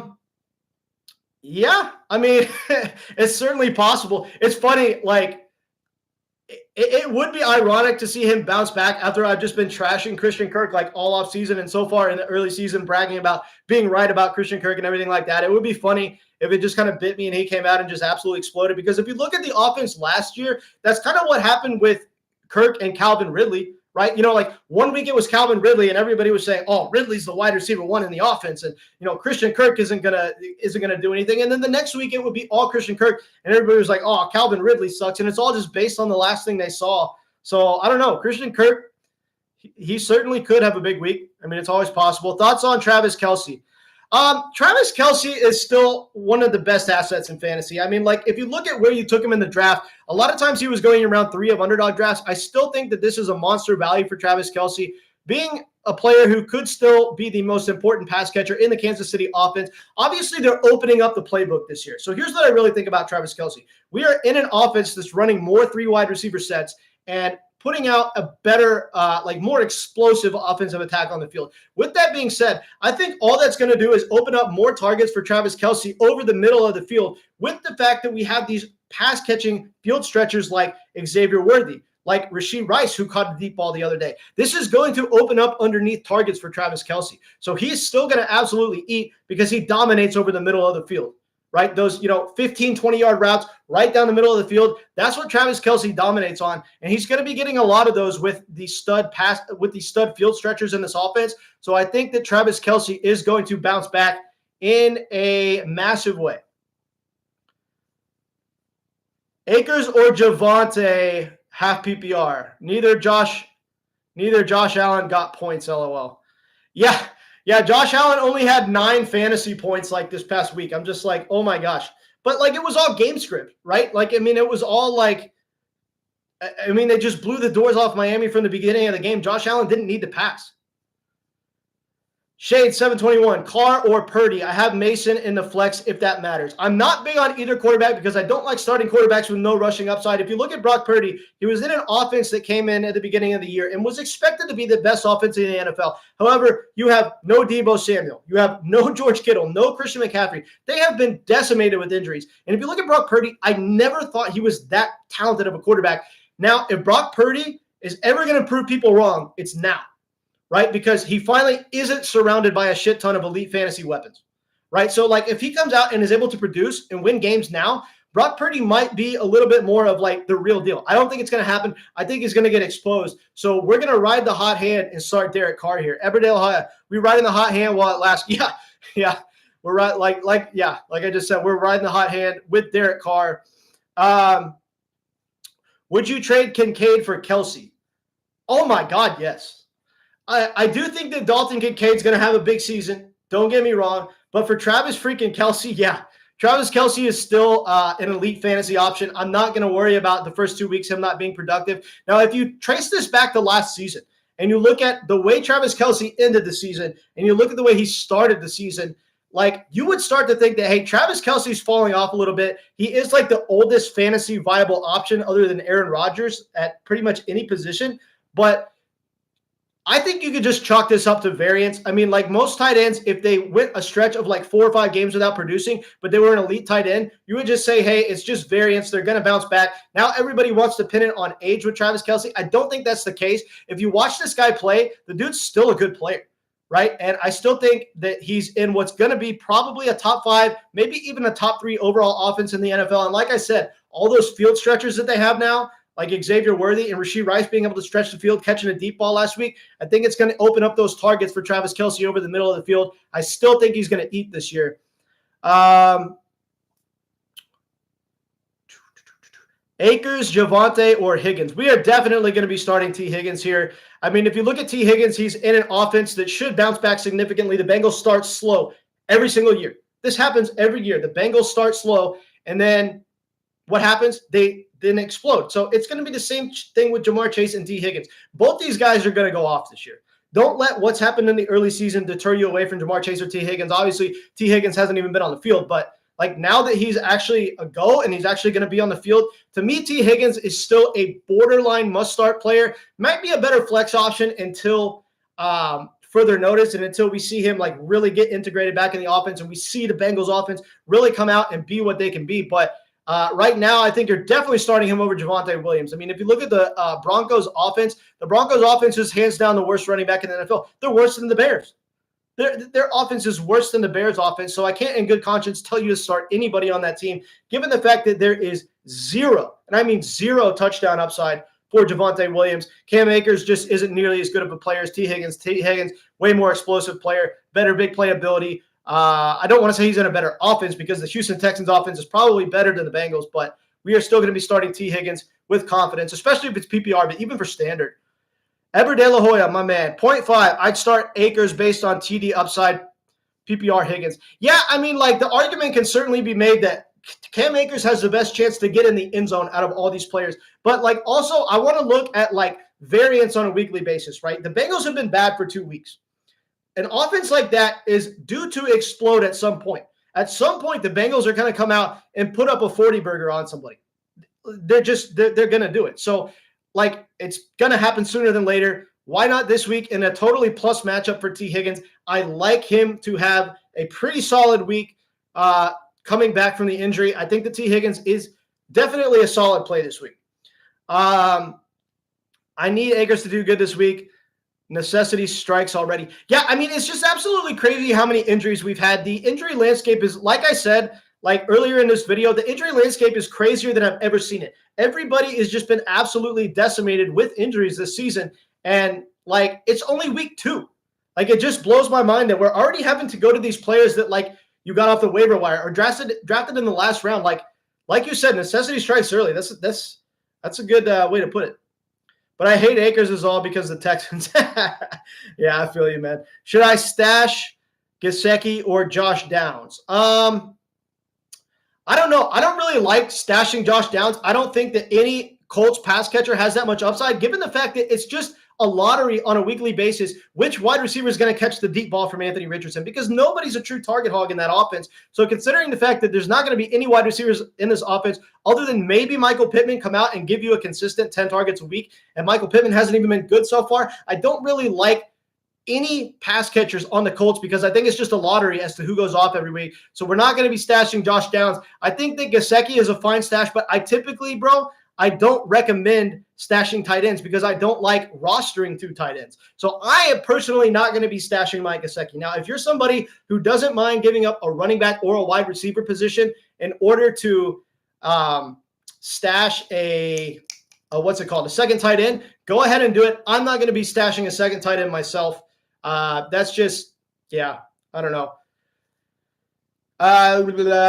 Christ saves. Nico Collins or Jonathan Taylor rest of season? That is a very good question, my friend. If you said this coming into the season, I would have said Jonathan Taylor by a little bit.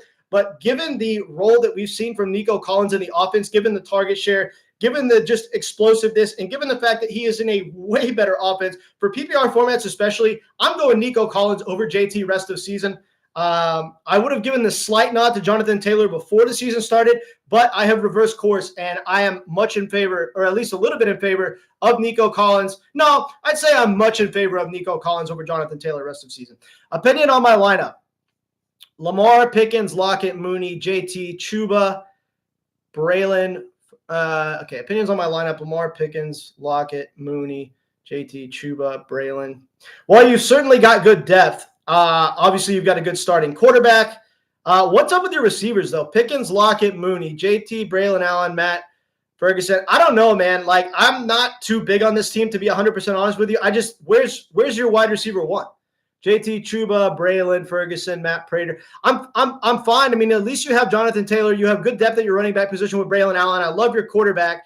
I like your tight end. I think that Ferguson is going to break out. So you do have some saving graces for this team. But where the hell is your wide receiver one? Oh, my God, you have Debo and A.J. Brown. Oh, my gosh. Okay. With Debo and A.J. Brown, this is a very good team. Without Debo and A.J. Brown, bro, I hate to tell you, but it's like a 6. Like, it's still a slightly above average team, but like with those two wide receivers being out, it decimates your team. I mean, you've got two wide receivers there that are probably going to be top 6 options at the wide receiver position. So like your team is literally like an 8.5, 9 with those guys. But in a PPR format, if those guys are out, it absolutely ruins the upside of your team. Like, it sucks. That's why I was wondering where your wide receiver one was. But maybe George Pickens steps up for you. I mean, George Pickens obviously has the talent profile to step up and be a player that is a wide receiver one. We just need to see him get his connection with Justin Fields. But whether it be Justin Fields or Russell Wilson, we know that both of those quarterbacks can support an elite wide receiver one. We've seen Justin Fields do it for DJ Moore, right? And we've seen Russell Wilson do it for Tyler Lockett, DK Metcalf, Courtland Sutton. Well, not really Courtland Sutton. Courtland Sutton was always kind of like a low-end wide receiver 2 for him. But Russell Wilson can support wide receiver ones. Justin Fields supported DJ Moore last year. Justin Fields can support Pickens as a wide receiver one. I think that Pickens sees a massive bounce back. It's just that if you look at this last game, like the game script just didn't favor George Pickens. They didn't need to target him. He only had 4 targets because, well, he only needed 4 targets. They won the game 13-0. They didn't need to pass the ball. Ever De La Hoya.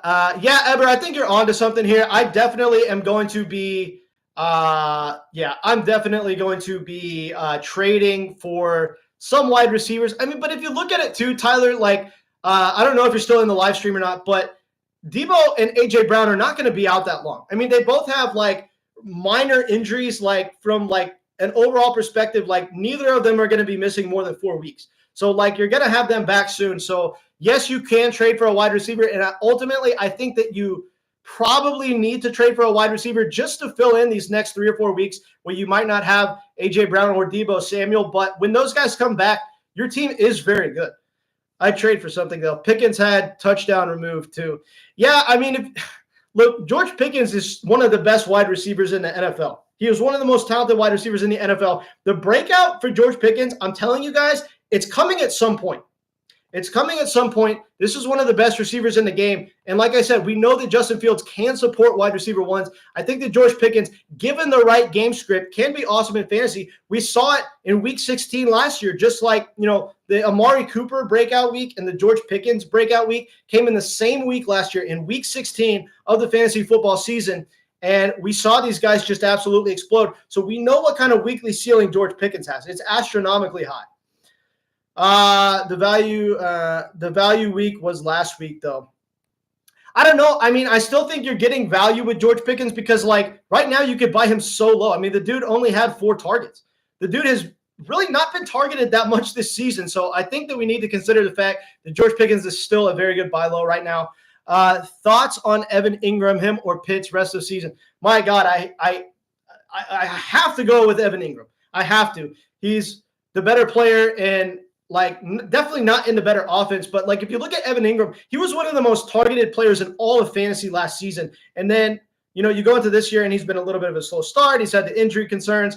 But I don't like Kyle Pitts because I've just never really liked Kyle Pitts. I've never been big on the guy. I don't think he's going to be a good option rest of the season. So I am going to be taking Evan Ingram for the rest of the year. All right, guys, quickest way to skip to the front of the line is to super chat. I've obviously answered about 85 to 90% of the comments in the comment section. But if you for sure want your question answered and you want a more thorough answer, go ahead and super chat me. It goes a long way to support the channel. It is the lifeblood of these live streams, and I do need super chats to continue to do these live streams. Also, on that same note of supporting the channel, if you're new to my channel and you haven't been on here before, make sure to hit that subscribe button. I am going to be blowing this channel up this year. It's going to have 10,000 subs by the end of the year. I'm going to be live streaming every single week. I'm doing wide receiver rankings, running back rankings every single week. And I'm one of the only content creators that does these things live. So like, you can interact with me while I do my running back and wide receiver rankings. So just make sure you subscribe to the channel. That way you get your notifications when those do come in. I see a few more of you hitting the like button. Everybody that's in here, please hit the like button. It goes a long way for supporting the channel. I do appreciate you guys.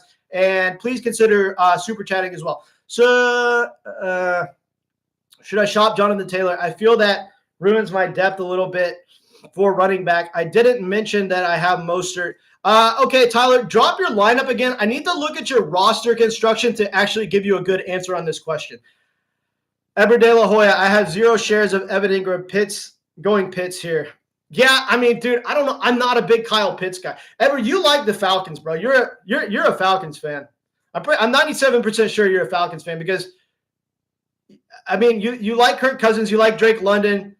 Oh, you also don't like Pitts, though. Okay, never mind. Maybe you're not a Falcons fan.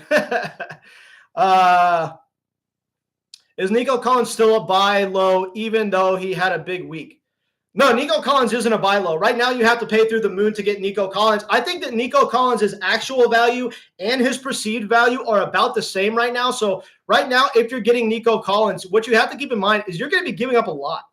So you're going to be giving up a lot to get Nico Collins. So I'm not too sure on, I don't know, man.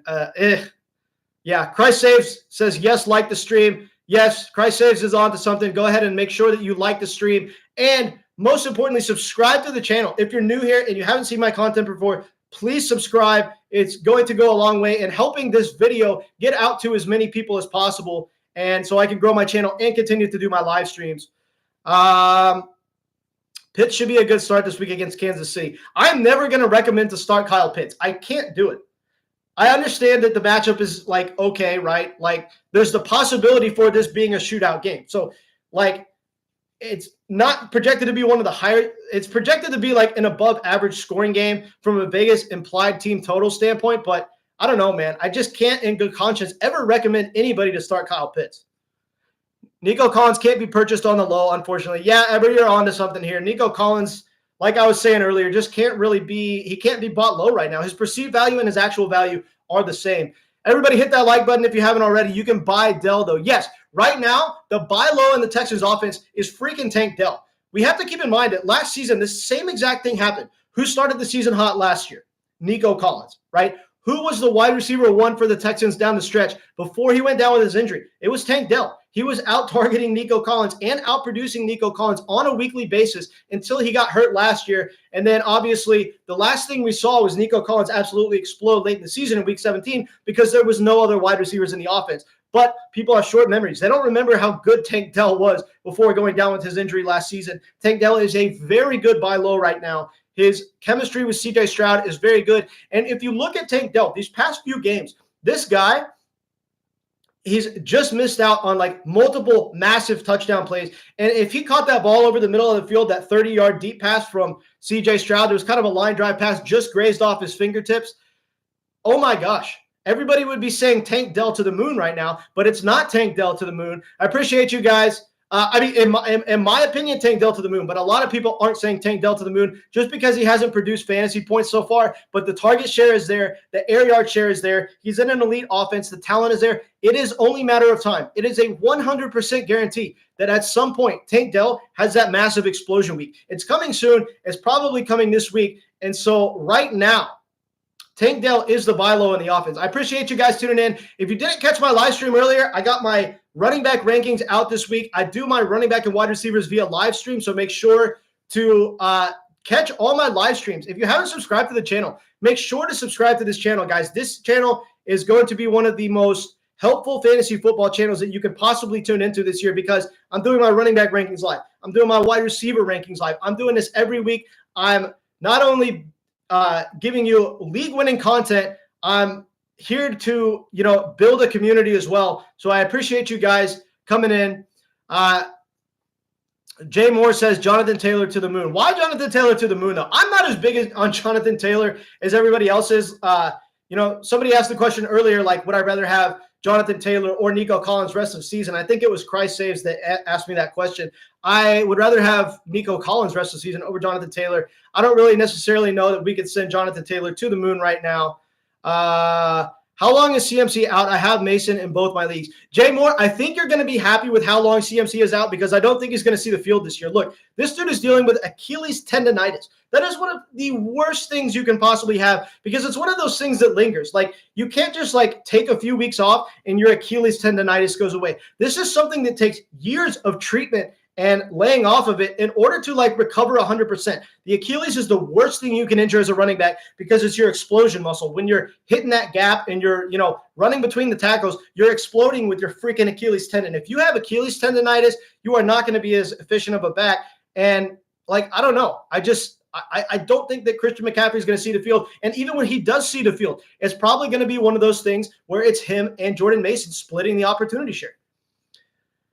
RS German says, evening. What's up, my man? We starting Brian Thomas Jr. over Waddle? My God, yes. I can't trust Jalen Waddle right now. I think that what we're going to see in this offense is we're going to see a Skylar Thompson that looks to Tyreek Hill to absolutely carry him because what would you do if you were a under average NFL quarterback? You target the best wide receiver in football. The best wide receiver in football probably is still Tyreek Hill. If you're a well under average NFL quarterback, you're going to look to your best player. They're also going to be targeting Devon Achane a lot out of the backfield. I don't think that Waddle ever, for the rest of the season, will see a double-digit target game. I don't think it's going to happen. We didn't see the target share last year that we wanted for Jalen Waddle. The target share was down. The target share has been down in the early season, even with Tua. And now you have one of the worst, if not the worst starting quarterback, Jimmy Garoppolo level quarterback in Skylar Thompson starting for the Miami Dolphins. I don't like the situation for Jalen Waddle whatsoever. So we are going to be starting Brian Thomas Jr. Top 3 kickers this week. Well, I like the kicker question, man. I appreciate you. We got to mix it up in here, right? We got to talk about kickers sometimes, right? So we're going to be going with Brandon Aubrey because he's going to be my top kicker every single week. I still think we're going to be going with Justin Tucker, and we're probably going to be going with Evan McPherson. If you look at these 3 guys, we're talking about the 3 most talented kickers in the game that can hit the longest field goals, and they all play for good offenses. Can't go wrong starting Higgins versus Commanders secondary. Yeah, that's the thing, Jay Moore, is this matchup for T. Higgins is such a smash. It's such a smash. I mean, their pass defense is historically bad. I mean, it's almost as bad as it gets. We saw what Breece Hall did to them as a receiver late in the season last year. We've seen them get torched early this year. This Commanders defense is a college-level defense. This is not even an NFL defense. It is absolutely atrocious. Yeah. Also, Bryce won't buy Waddle for me. Yeah, Eber, I won't. And I do appreciate the trade offer. And the trade actually makes sense from a roster construction standpoint. I could use another depth wide receiver after Rashee Rice, but I just don't trust Jalen Waddle. I don't trust the situation with Jalen Waddle. How long is it going to be until Tua's back on the field? Until then, Jalen Waddle's worthless. Even when that happens, like Jalen Waddle isn't getting the target share that we wanted him to have. I was hoping that the target share bounced back this year, but he still isn't seeing double-digit target games. So we have to rely on him to get the big plays, and all the deep balls go to freaking Tyreek Hill. So, yeah, I appreciate the trade offer, but, yeah, can't do it.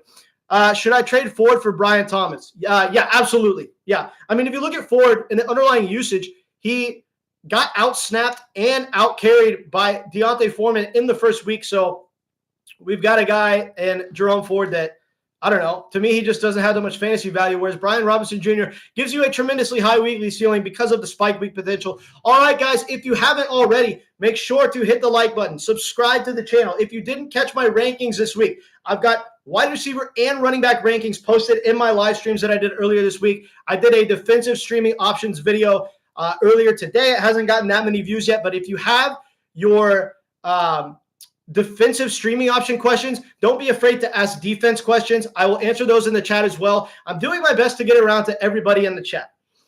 The grind is real, Andre. Yes, you are on to something, my man. The grind is real. Aubrey, Group A, Fairbairn, or whatever it is called. Yeah.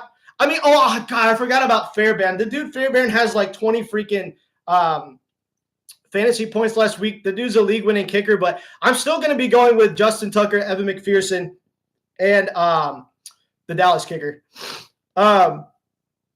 Should I flex Coleman, Kirk, or Reed?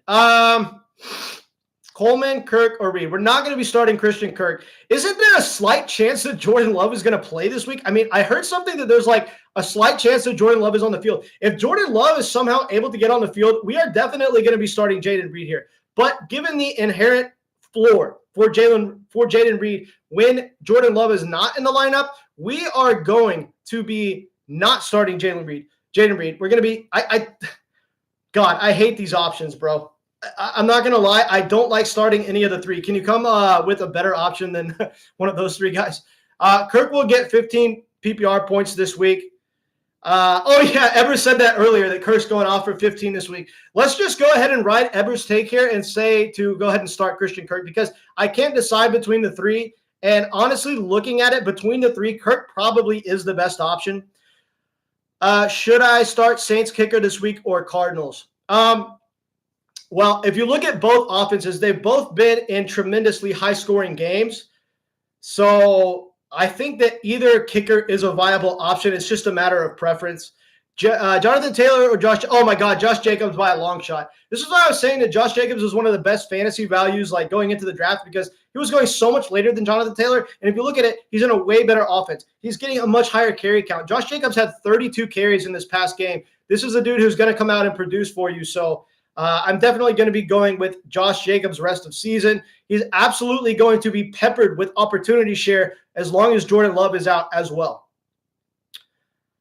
Should I start Seahawks defense or stream another? I like the Seahawks defense this week. It's a solid matchup, so I'm going to be starting the Seahawks defense with confidence. Eber says, DST is my weakest start-sit accuracy. I typically suck at starting one. Look, defense is like the hardest position to hit on in fantasy, because like even if you have a defense that's very, very good, like it doesn't matter if they don't create turnovers, right? So like you can sack the quarterback 5 times, give up 18 points, not have any turnovers, and your defense only gets you 10 points. So if you really want to hit that smash defense, you need to get a pick 6. So there's so much luck on a weekly basis when it comes to picking the right defense. That's why it's by far and away the hardest position to project out in fantasy on a weekly basis. So you're not the only one. I'm starting Green Bay in most leagues. I like Green Bay. Ever, I don't know if you saw my defensive video that I put out earlier. I said I posted a video on defenses to start for the week, and I definitely have Green Bay as one of my best defensive streaming options. Thoughts on Bucky Irving? I think he's going to take Rachaad White's job. Yeah, it is Bucky Irving season.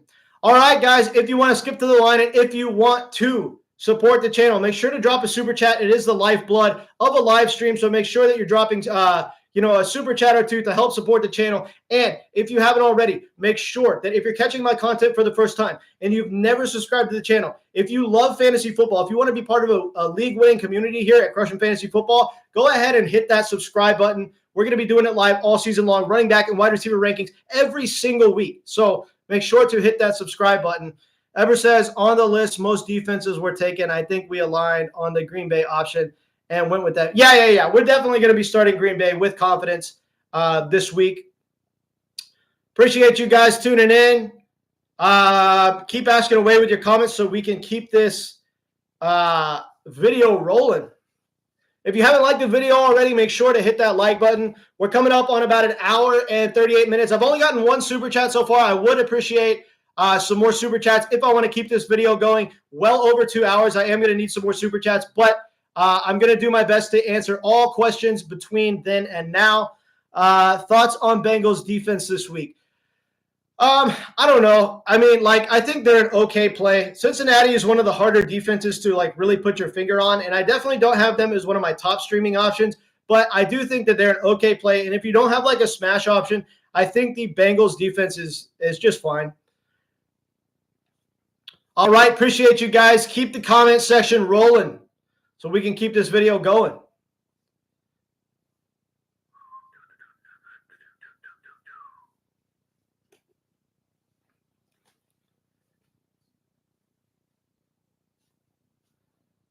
Appreciate you guys. Keep going with the fantasy football questions, and I'm going to keep this rolling as long as I get some super chats and we can continue to do this comment section. Tyler Algier was dropped. Should I handcuff him to Bijan? Yes, you absolutely should handcuff him to Bijan because, if you look at this offense, Tyler Algier is still getting a significant workload. In fact, Tyler Algier has so much freaking upside because if Bijan were to go down with an injury, they're going to use Algier as a workhorse. He's going to be a guy that comes out and just gets all the work in the backfield if Bijan goes down. There is nobody behind Tyler Algier. And this is why in fantasy, upside late in season comes from backup running backs. Tyler Algier is a perfect example of that league-winning backup handcuff running back to Bijan Robinson. He's hands down one of the best handcuffs you could possibly own in fantasy, and it's very much because of the fact that the Falcons offense still has the upside to be very good.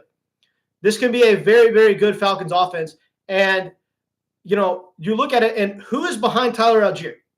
If Bijan Robinson were to go down with an injury, who is Tyler Algier getting his targets and carries taken away from? Nobody.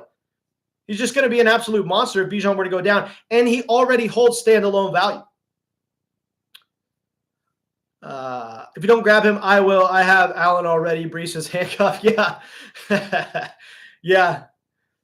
Don't trust the Raiders D this week against Carolina. Might be a trap game. I don't think so, man. I don't think it's a trap game whatsoever. I think that the Raiders defense is one of the best plays on the week. Now, obviously, you're probably saying it's a trap game because of the fact that Andy Dalton is coming in and they have the quarterback change. But if you look at this Carolina offense, they're just bad altogether. The offensive line isn't good. The play calling isn't good. If you watch these Carolina games, their offense looks absolutely helpless. And it's not all on Bryce Young. I mean, Bryce Young, obviously not a good NFL quarterback. I'm not saying that he is. If he were a good or even an average NFL quarterback, this offense would have been a lot better by now. But how much better is Andy Dalton really going to be than Bryce Young? I do think he's going to be an upgrade, but it's not going to be like the Deshaun Watson, Joe Flacco thing that we saw last year. It's not going to be anything like that. There just isn't a good enough offense around him to create a good offensive environment in Carolina. And so I really don't think it's a trap game. I don't know why you think that, but let me know why you think that. I'm not sure why you think it's a trap game. Same take. Carolina will do good this week. God, I don't know. I don't know, man. Why are y'all big on Carolina, man? I mean, I could very well be wrong here, but I think that the Raiders are a smash. I think that the Raiders are one of the best defensive streaming options on the week. Bryce Young gave me more points playing for Cane's Chicken than for Panthers quarterback. Yeah, I mean, it's definitely one of those things, man. Bryce Young he looks like he's going to be an NFL bust. Grab defense or Texans. Grab defense. Oh, Green Bay defense or Texans. We are going to be starting the Green Bay defense this week over the Texans for sure. Adam Thielen, 31 points incoming. Sarcasm. Yeah, man. If Adam Thielen comes out and gets 31 points this week, I would be more than a little bit surprised. Should I pick up Raiders off waivers and play over Seattle? That's a tough one, Jay Moore. I like both of the matchups. In fact, if you go back and you watch my defensive streaming video that I had earlier today, I included both Seattle and the Raiders on there. So I like both options this week, and I really think it's up to preference. If you wanted to play Seattle over the Raiders, I wouldn't blame you. It's very, very close. Do I like the Chiefs defense tomorrow? Yes, I do like the Chiefs defense tomorrow. They were also in my defensive streaming video that I dropped earlier today. We are going to be starting the Chiefs defense with confidence this week against the Atlanta Falcons. I don't think that the Atlanta Falcons are like what people think they are offensively. I do think they have a ceiling to bounce back and be a very good offense. But I think that the likelihood of that happening is only like 25%. I think that there's a 75% chance that this offense is going to bust as far as the collective total of fantasy points that you see from all of the players in the offense, given where they went in the draft. I don't like the offense. I think that Kansas City is a very good start against Atlanta this week. They're going to be giving Kirk Cousins fits, and he doesn't have any freaking mobility left. Kirk Cousins, zero mobility. If they are rushing Kirk Cousins and giving him a hard time and not allowing him to drop back and be a pocket passer and throw out of the pocket, the Atlanta Falcons defense is going to be helpless this week. I think that Kansas City is one of the best defensive streaming options for the week. Dude, your boy Brandon Aubrey is breaking fantasy right now. Yeah, he is because, first of all, look, the offense is an above-average offense. They play at a fast pace. They're going to be getting plenty of red zone scoring opportunities, and they're not such a good offense that they score a touchdown every time they go down the field. They know that Brandon Aubrey can cook. He can cook. He probably can cook, too. This dude can do everything. The dude kicks like 70-yard field goals in practice. This dude has unlimited range. The Cowboys could be anywhere on the opposing side of the ball, and Brandon Aubrey can make a field goal from anywhere. The dude is an absolute freaking monster, and he is going to continue to break fantasy football. He is one of the best kicker assets I have ever seen. Should I trade Najee, Jonathan Taylor, and DK for Jacobs and Nico? Drake London. Yeah, I know you're a Drake London truther, bro. I know you are. Should I trade Najee, JT, and DK for Jacobs and Nico? Should I trade Najee, Jonathan Taylor, and DK for Jacobs and Nico? Najee? This is a big trade. Should I trade Najee, Jonathan Taylor, and DK for Jacobs and Nico? Oh, my God, yes. Yeah. We're definitely going to be making that trade. I mean, if you look at this trade, you're getting a better wide receiver in Nico Collins and probably a better player in Nico Collins than anybody on the other side of the trade. And Josh Jacobs is also a better player than on any other side of the trade. So we're definitely going to be – you're absolutely ripping this dude off if you make this trade, actually. Might be my worst take this season. Yeah, man, I hate to tell you, Ever, but I don't think that your Drake London take is going to turn around. I don't think that Drake London ends up being the guy. Obviously, he had his performance saved from him in this last game by that last-minute touchdown. If Drake London didn't get in the end zone this past game, nobody, and I mean nobody, would even be wanting to start Drake London on a weekly basis. Aubrey has a cooking channel. Aubrey probably does have a cooking channel, bro. He's probably going to play quarterback for the Cowboys at some point. Who's your top DST stream this week? Probably the Raiders against Carolina or the Chiefs against Atlanta. Yeah, probably either Raiders or Chiefs.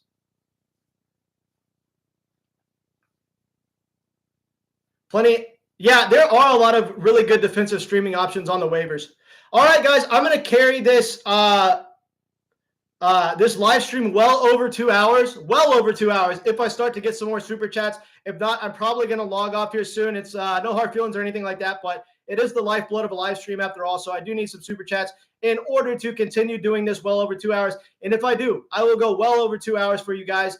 And considering live streaming all the way until we kick off tomorrow morning, just kidding on that, but I am going to take it well over 2 hours. If not, I'm probably going to cut out of here pretty soon. Aubrey greater than Dak.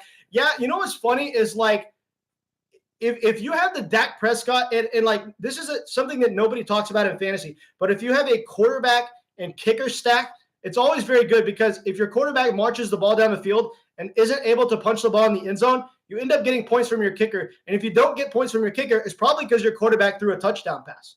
So, like a quarterback kicker stack is literally a thing. And if you say that Aubrey is greater than Dak, you're probably right, because, I don't know, Brandon Aubrey is going to end up stepping up and playing quarterback for the Cowboys, maybe running back. I don't know. The dude is a jack of all trades, and Brandon Aubrey to the moon. The stream's been amazing. Appreciate you, Andre. Thank you very much. If Superflex would accept kicker, I'd start Aubrey over Dak. Oh my gosh, yeah. Like Brandon Aubrey comes out and gives you just such a ridiculous ceiling on a weekly basis. I do that all the time. Yeah. I just don't understand why the Cowboys let Pollard walk just to sign Zeke.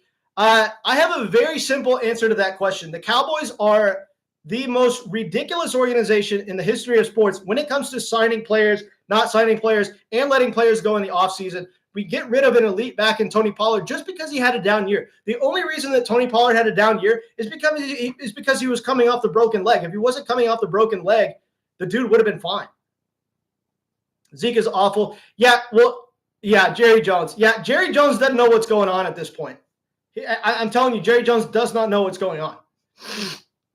Pollard is amazing. Pollard is one of the most explosive backs in the entire league. And if you look at him, the dude is an elite wide receiver. And this is what I was saying going into the season. Tyjae Spears is not him. Everybody was talking about Tyjae Spears and his mid-round fantasy value. Tyjae Spears was an elite pass-catching back last year for one reason only. And it's because the running back, Derrick Henry, running in front of him, is not a pass-catching back. He's not a wide receiver back. Tony Pollard is like a borderline alpha wide receiver. This dude is an elite pass catcher out of the backfield. He can line up and run routes just like a wide receiver. And the dude looks like freaking DJ Moore out there sometimes when he's catching passes. DJ Moore on a good season anyway. Pollard is amazing. Is Ferguson playing tomorrow? I think that Ferguson is likely for tomorrow. Last time I checked, Jake Ferguson is likely going to be on the field tomorrow. So I think we have about a 90% chance of Jake Ferguson being on the field tomorrow. I appreciate you guys tuning into the video. Make sure to drop a like on the stream. Subscribe to the channel if you haven't already. I'm trying to hit 10,000 subs by the end of the season. There's no way I can do that without you guys' help. You guys are the lifeblood of this channel. I can't do this without you. So make sure to hit that subscribe button. Help this video get out to as many people as possible. And we're going to keep this rolling. Man, I've been in here for damn near 2 hours. Who do you think goes off for the Ravens tomorrow? Probably nobody. I mean, if anybody, Lamar Jackson, but I don't think that anybody's going to come out for the Ravens and have a big game tomorrow. If you look at both of the tight ends, I don't think Likely or Andrews has a big game.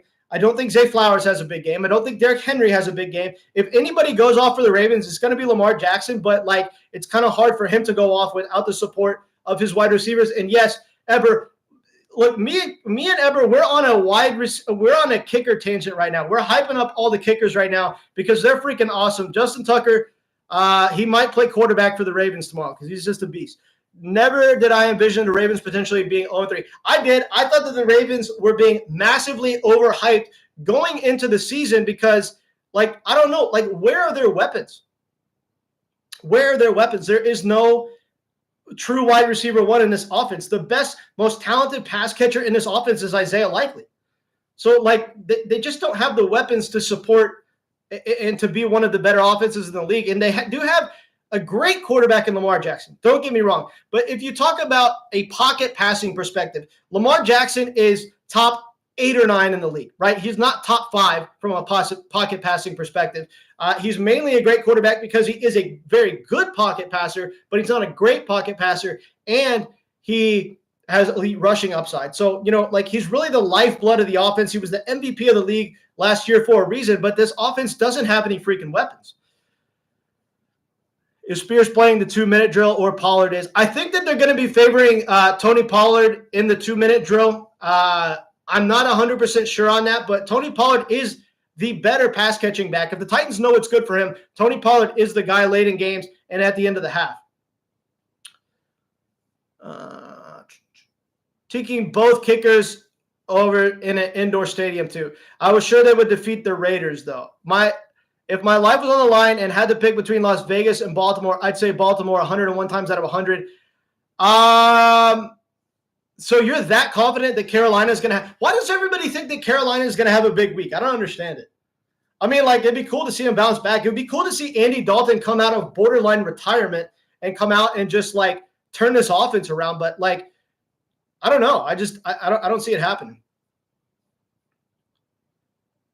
I just don't get why they refuse to go out and get Lamar a true wide receiver one. I don't know. It's because they think that Zay Flowers is a wide receiver one, and Zay Flowers is not a wide receiver one.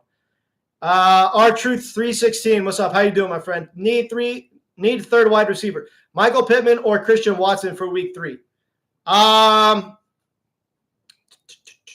Michael Pittman or Christian Watson for week 3?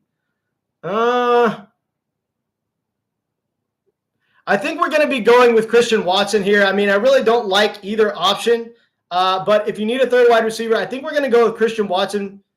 Actually, you know what? Let me reverse course here. We're going to be going with Christian Watson. A slight nod over Michael Pittman Jr. No, I meant the Baltimore Ravens last week versus Las Vegas. Yeah, I mean, it's close. Like, if you wanted to lean Michael Pittman here, I totally understand it. He's obviously got a safer floor.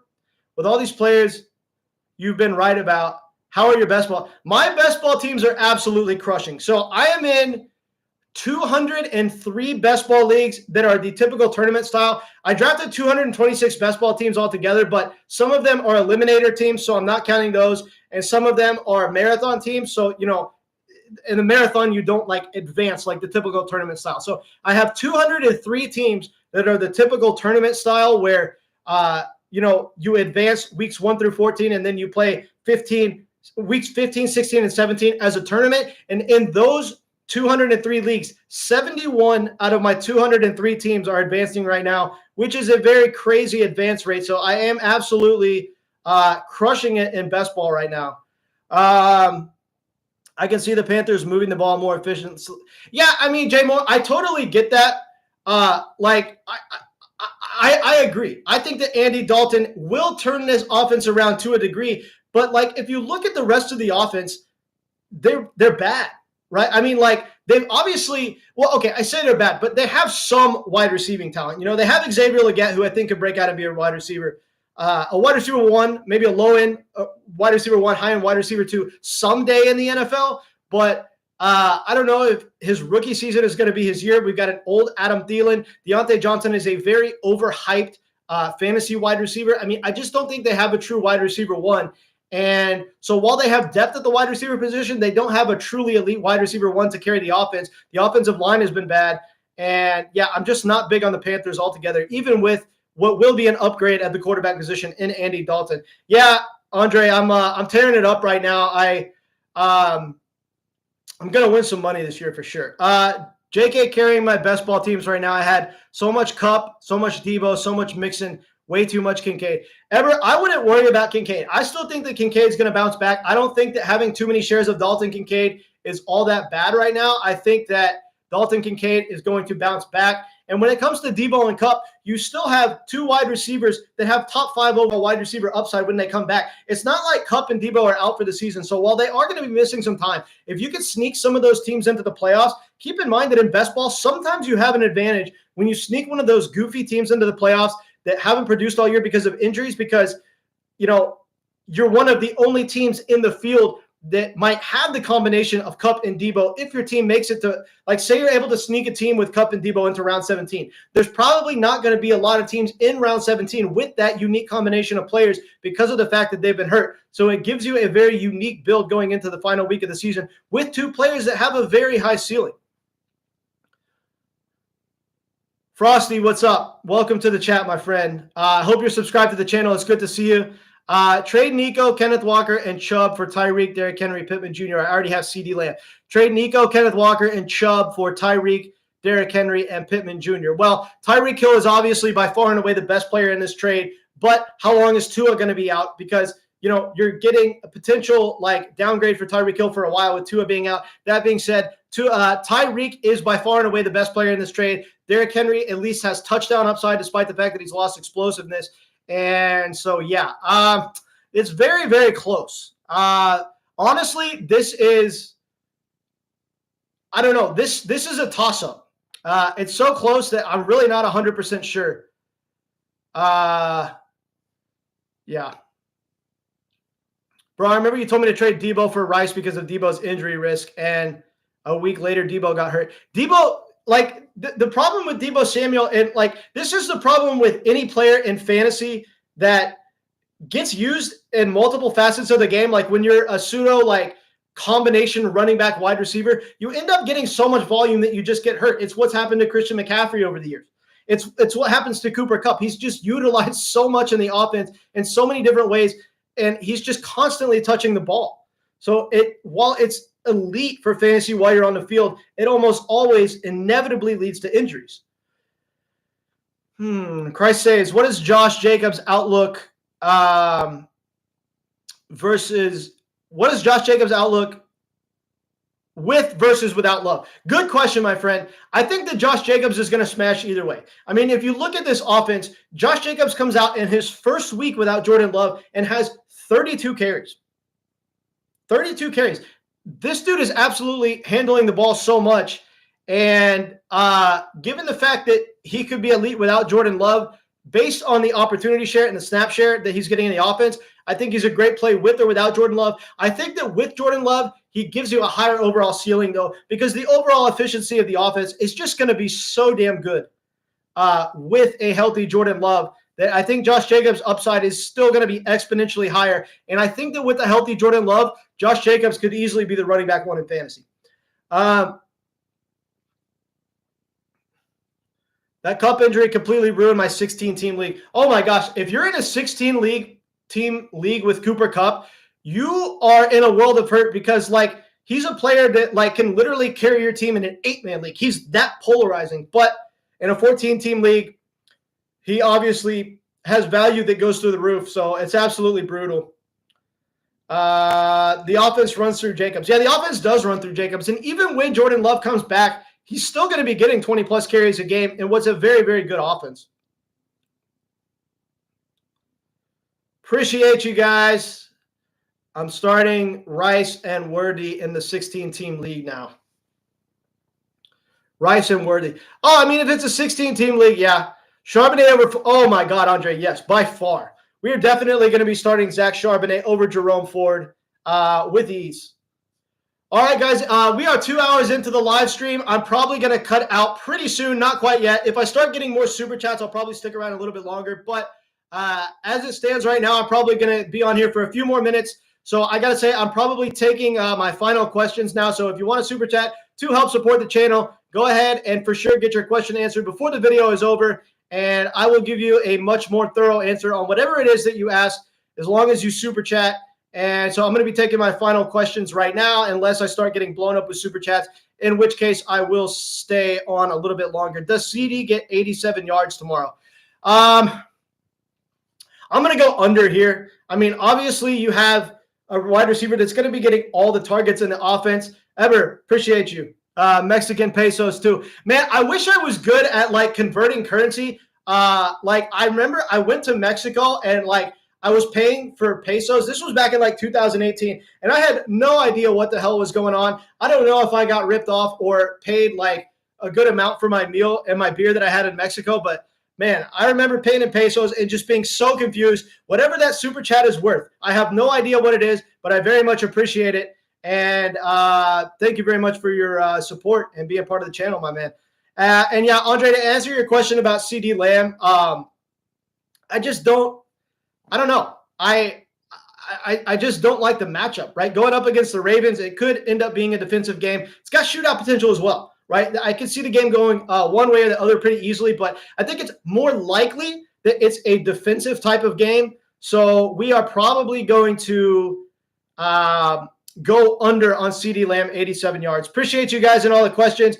Keep blowing up the chat. I am going to stay on here a little bit longer, although I'm not going to be on here too much longer. We are 2 hours into the live stream, so I'm going to keep this going as long as you guys keep feeding me. Dude, Braylon Allen looks good, man. Yeah, I mean, like if you look at Braylon Allen and the inherent ceiling in this offense is pretty high, considering the fact that they're using him on the goal line. They're giving him high-value touches. This isn't a good sign for Breece Hall owners, but when you're looking at Breece Hall, this is a guy who I still think could be the running back one in fantasy, even if he's only getting 80% of the touches. Or right now, as it stands, he's really only getting about 75% of the touches in the backfield, whereas Braylon Allen is getting the other 25%. And Braylon Allen does look good. When you look at it from a talent perspective, he was one of my favorite players going in and in pre-draft best ball. Oh my gosh, I drafted so much Braylon Allen in pre-draft best ball because I knew that, well, he was going to come out and potentially explode whatever team he's on. And then I hated the landing spot with him running behind Breece Hall. But at the same time,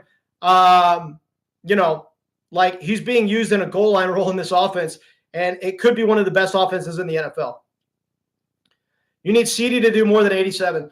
Ever, do you need CD to do more than 87 because of a bet or because of fantasy? Brees, 3 touchdowns in 3 games. Yeah, I mean, Brees Hall, yeah, I mean, that's the thing is Brees Hall is being used on the goal line as well. So, yeah, I mean, both running backs are if Brees goes down at any point, Braylon, oh my gosh, if Brees Hall goes down, Braylon Allen becomes maybe the biggest league winner in all of fantasy, given where you got him in the draft. And this is why I drafted so much of him in best ball. And this is how you crush best ball leagues, guys. You draft players like Bijan Robinson and Brees Hall early in drafts. And then you get the cuff of the other running back that's behind him. Like, say, you drafted Brees Hall early. You draft Tyler Algier as a cuff to Bijan Robinson, but it's somebody else's cuff. And then you end up with 2 running back ones. Or you draft Bijan Robinson early and you draft Braylon Allen, the cuff to Brees Hall. And then you end up with 2 running back ones, one of which the running back ones you got like in the last round, right? So it's just absolutely crazy. Thoughts on Chris Godwin? Chris Godwin, Jay Moore, is my man. I feel like I say this 10 times on like every live stream, but Chris Godwin is my most owned player on Underdog Fantasy. I own a 27% market share of Chris Godwin on Underdog Fantasy, and it's very much because I knew that the target share was going to increase this year with him going back to the slot. The dude was drafted in round 6. He was going as like, wide receiver like 25 or something absolutely crazy like that. So I don't know, man. I think that Chris Godwin is going to continue to produce on an elite level. Chris Godwin, top 8 said here. Yep. Chris Godwin, top 8, 100%, my man. Do you think I could trade ETN for Gibbs? There's no way in hell. No. Ever. I don't think that that's possible. I don't think that anybody's going to do that trade. Now, I think what Ever's saying is Gibbs is a very good buy low right now. I mean, if you go through and you look at the way that he's been used in the offense, he's very much being used like he was at the beginning of last year, where David Montgomery is getting still like a very, very big chunk of the workload. But what David Montgomery's doing is he's running the ball up the middle. He's beating up the defense. The Lions are playing the long game because they're wanting to win the Super Bowl. They want to keep Jahmyr Gibbs healthy. That's why they're operating this in a split backfield. So Jahmyr Gibbs is a very good buy low right now because as the season progresses, they're going to start to use him more and more. Now, anybody that knows what they're doing does not do this trade. But, yeah, I do actually think it's attainable for now. Oh, my God, yeah. Yeah. I mean, just look at the offenses, right? Like, you look at, just the offenses that they play in. Do you want a piece of the Jacksonville offense or do you want a piece of the Detroit offense? It's pretty simple on this one. And a lot of people have ETN. I don't know why. Well, ETN to me was a solid value going in underdog drafts in round 4. So, like, if you took ETN in round 4 going into the season, I totally understand that because if you look at his workload last year, the dude was one of the most heavily utilized running backs in the entire league. We're going to see how that plays out this year. I don't know what's going on with like the injury concerns with Tank Bigsby and everything like that in Jacksonville, but I still like ETN from a season-long standpoint. I just like Gibbs a whole hell of a lot more. Do you think Marvin Harrison Jr. has – I think Marvin Harrison Jr. is going to go off every week. I think that Marvin Harrison Jr. is the next Justin Jefferson. And if you look at his matchup, he has a smash matchup for the week. The Cardinals have been playing in a ton of shootout games. So, yeah, I like Marvin Harrison Jr. to go off like every week. I wish I did more leagues on Underdog. The ADP is way better. ETN was a second rounder on Sleeper. ETN was a second rounder on Sleeper. That's crazy. I love both Lions running backs. I didn't get any of them on redraft. So, well, it's hard in redraft because in redraft, you don't always get your best players. I mean, you just end up, like if you're only in like 5 leagues, right? Like sometimes you have those players that you want, but they just don't fall to you at the right spot in the draft. So it definitely happens. Andre got Monty. Cool. The Pacheco injury really screwed me. Yeah, the Pacheco injury screwed a lot of people because people were taking him very early in drafts. Yeah, Monty at the 6th, 7th round is a nice value. Yeah, for sure. All right, guys. Yeah. I think I'm going to get on out of here. It's been a little bit over 2 hours. I still have questions, though. I kind of want to answer them. Steele or P. Ryan? I think that we're going to be going with P. Ryan just because of the pass catching usage. I mean, obviously, we've got a guy in P. Ryan who is the better pass catching back. Steele is probably going to be used on first and second downs. I think Perine is going to be more of a third down back that catches passes. And we have some more people tuning into the live stream, so now I'm going to have to keep it going. Steele, are you going to be live tomorrow, bro? Probably in the morning, yes. I like the touchdown upside of Steele 1 yard into – I like the touchdown upside of the Steele 1 yard into touchdown. Yeah. JT for Jacobs and Amari Cooper. Oh, my God, yes. See, look, like, obviously, if you look at it in terms of draft value, Jonathan Taylor is somebody that you got in, like, the second round of drafts. But, like, if you really look at it from the rest of the season, like, who do you think is going to have a better season between Jonathan Taylor and Josh Jacobs? I very much think it's Josh Jacobs because the dude had 32 carries last week. Jonathan Taylor will not see a game this year where he has 32 carries because Anthony Richardson is such an elite rushing upside quarterback. Josh Jacobs is an absolute smash over Jonathan Taylor, in my opinion, despite the fact that you drafted JT higher. And then Amari Cooper is just icing on the cake because you've got a wide receiver in Amari Cooper that can still give you a ridiculously high weekly ceiling. People in general is afraid of Jacobs for some reason. I have no earthly idea why. I like Josh Jacobs from a season-long perspective. Plus, he's fumbled so by low. Yeah, I mean, think about this. If you look at last game, what would have happened if Josh Jacobs didn't fumble on the goal line, right? I mean, the dude would have had a smash game, and everybody would be saying, Josh Jacobs to the moon. The only reason that his box score looks low is because if you look at him in week 1, he got off to a slow start, and he wasn't that involved in the passing game. If you look at him in week 2, the dude had 32 carries, absolutely basically went nuclear, had 150 rushing yards. It's just that he didn't do much in the pass-catching game again. That is going to change. He is going to be targeted out of the backfield. And if he didn't fumble on the goal line, the dude would have absolutely gone off. I'm afraid of Jacobs because I'm a Bears fan. Yeah. Yep, that's why you're afraid of Josh Jacobs. That makes sense, Christ says, because he is going to be torching defenses this year. I mean, just look at the yards per carry efficiency. The dude's been absolutely awesome so far. All right, Bryce, I faced Barkley week 1, Kamara week 2. What running back is going to get fit? Yeah, I mean, it just absolutely sucks because, like, fantasy, you know how matchup dependent it is. Like, no matter how well you play, if you're up against Barkley in week 1 and Kamara in week 2, it's pretty much guaranteed that you're off to an 0-2 start. So that's a little bit unlucky for you. I just need Jacobs to start getting in the end zone. He's fumbled twice at the 1 yard line. That's the thing is, like, that's fluky, bro. Like, how often are you going to have Jacobs continuing to fumble at the 1 yard line? In fact, if you look at it from just a sheer variance in odds and statistics perspective, odds are he doesn't fumble at the goal line for the rest of the season. He probably goes the rest of the season without fumbling one single time on the goal line because if you look at a given season for running backs, how often are they going to fumble on the goal line? It's actually pretty rare. It's just that you remember it when it happens, right? It's one of those things where, like, oh, he fumbled at the goal line. He sucks. But, like, it's just because you remember it because it's an 8-point swing. You were about to get 8. You're about to get 6 fantasy points. Instead, you got -2. So that 8-point swing kind of sticks in your head. But odds are he doesn't have any more fumbles on the goal line. And if you think about it, he would have absolutely been smashing so far had he not done that. I'm buying low on Jacobs. Most of the people who drafted him won't sell, though. Yeah, I totally, yeah. Who benefits more with Pacheco injury? So you mean between Steele and Perine? I don't know, man. Like, if you look at Samaje Perine, he'll probably see the bigger target share, but Terrence Steele probably has the higher touchdown upside. Kelsey benefits most, I think. Yeah, Kelsey definitely benefits most because, like, less targets out of the backfield equals more targets for Travis Kelce. Yeah. Appreciate you tuning in, guys. Go ahead and keep blowing up the comment section. Let's keep this rolling. I'm a little bit over 2 hours into the live stream, so let's keep the comments rolling and keep the video going. Kelsey benefits more, I think. Yeah.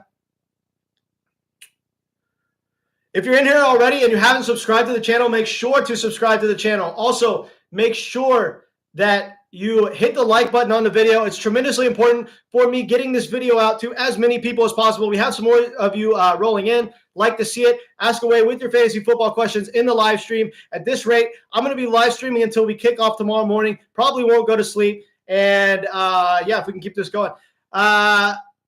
There's a weird ratio where a wide receiver gets injured, running back gets the targets, and tight ends get the targets when running backs get injured. Yeah, I do agree with that 100%. Should I trade Mason and Ridley for Kyren and Worthy? Mason and Ridley for Kyren and Worthy. No. I don't think that Jordan Mason's tradable right now, bro. As long as Christian McCaffrey isn't on the field, Mason is basically the one-for-one replacement to Christian McCaffrey with just a little bit less pass catching upside. But if you look at it, his yards per carry efficiency has been really good. His usage has been really good. He's had over 20 carries each of the past 2 weeks. So given the volume and opportunity share that he's getting out of the backfield and the fact that he is extremely efficient, I don't think that we're trading Jordan Mason for anything right now. I gave Debo plus Waddle for Mason on the 8-teamer, and I got rejected. Debo plus Waddle for Mason on the 8-teamer. Yeah, like it's very, very hard to buy Jordan Mason right now. Nobody wants to trade Jordan Mason, and I totally understand it. All right, y'all, I'm doing my best to get around to all comments. I've answered about 85 to 90% of the comments in the comment section in this video. If you want to support the channel, it is tremendously important that you drop me a super chat. I've been on here for a little bit over 2 hours. I'm only averaging 1 super chat per hour. So if you could drop a super chat, you can help me continue streaming this video. And hell, if I keep getting blown up with enough super chats, I'll stream until damn tomorrow morning. Mason owner, are you here in the chat? I want to sell him for the right price though. My whole team for Mason. Yeah, I mean, like at this point, it's starting to become like people are just, here's what's happening. People are starting to see Mason as a potentially the new Christian McCaffrey. I mean, he's in the same offense. And if you look at it, his yards per carry efficiency is better than CMC's yards per carry efficiency last year. CMC thrived so much last year because of volume, touchdowns, and pass catching upside. If you look at the yards per carry efficiency, Jordan Mason has been a more efficient runner than Christian McCaffrey in the first 2 weeks than Christian McCaffrey really was all of last year. So people are starting to see Mason as the one-for-one replacement for Christian McCaffrey. So people aren't really wanting to replace him. Like if I get offered somebody ridiculous like Gibbs, I feel I have to take it. Yeah. I thought I was overpaying, but in an 8-team league with 1 flex is fine. I need help getting a better running back. I can package Monty with either Ridley or Brian Thomas Jr. What should I do? All right, guys, I'm going to be getting on out of here. I'm a little bit over 2 hours into the live stream. I appreciate you guys tuning in. Appreciate you guys dropping your questions and everything like that. And I will catch you guys later.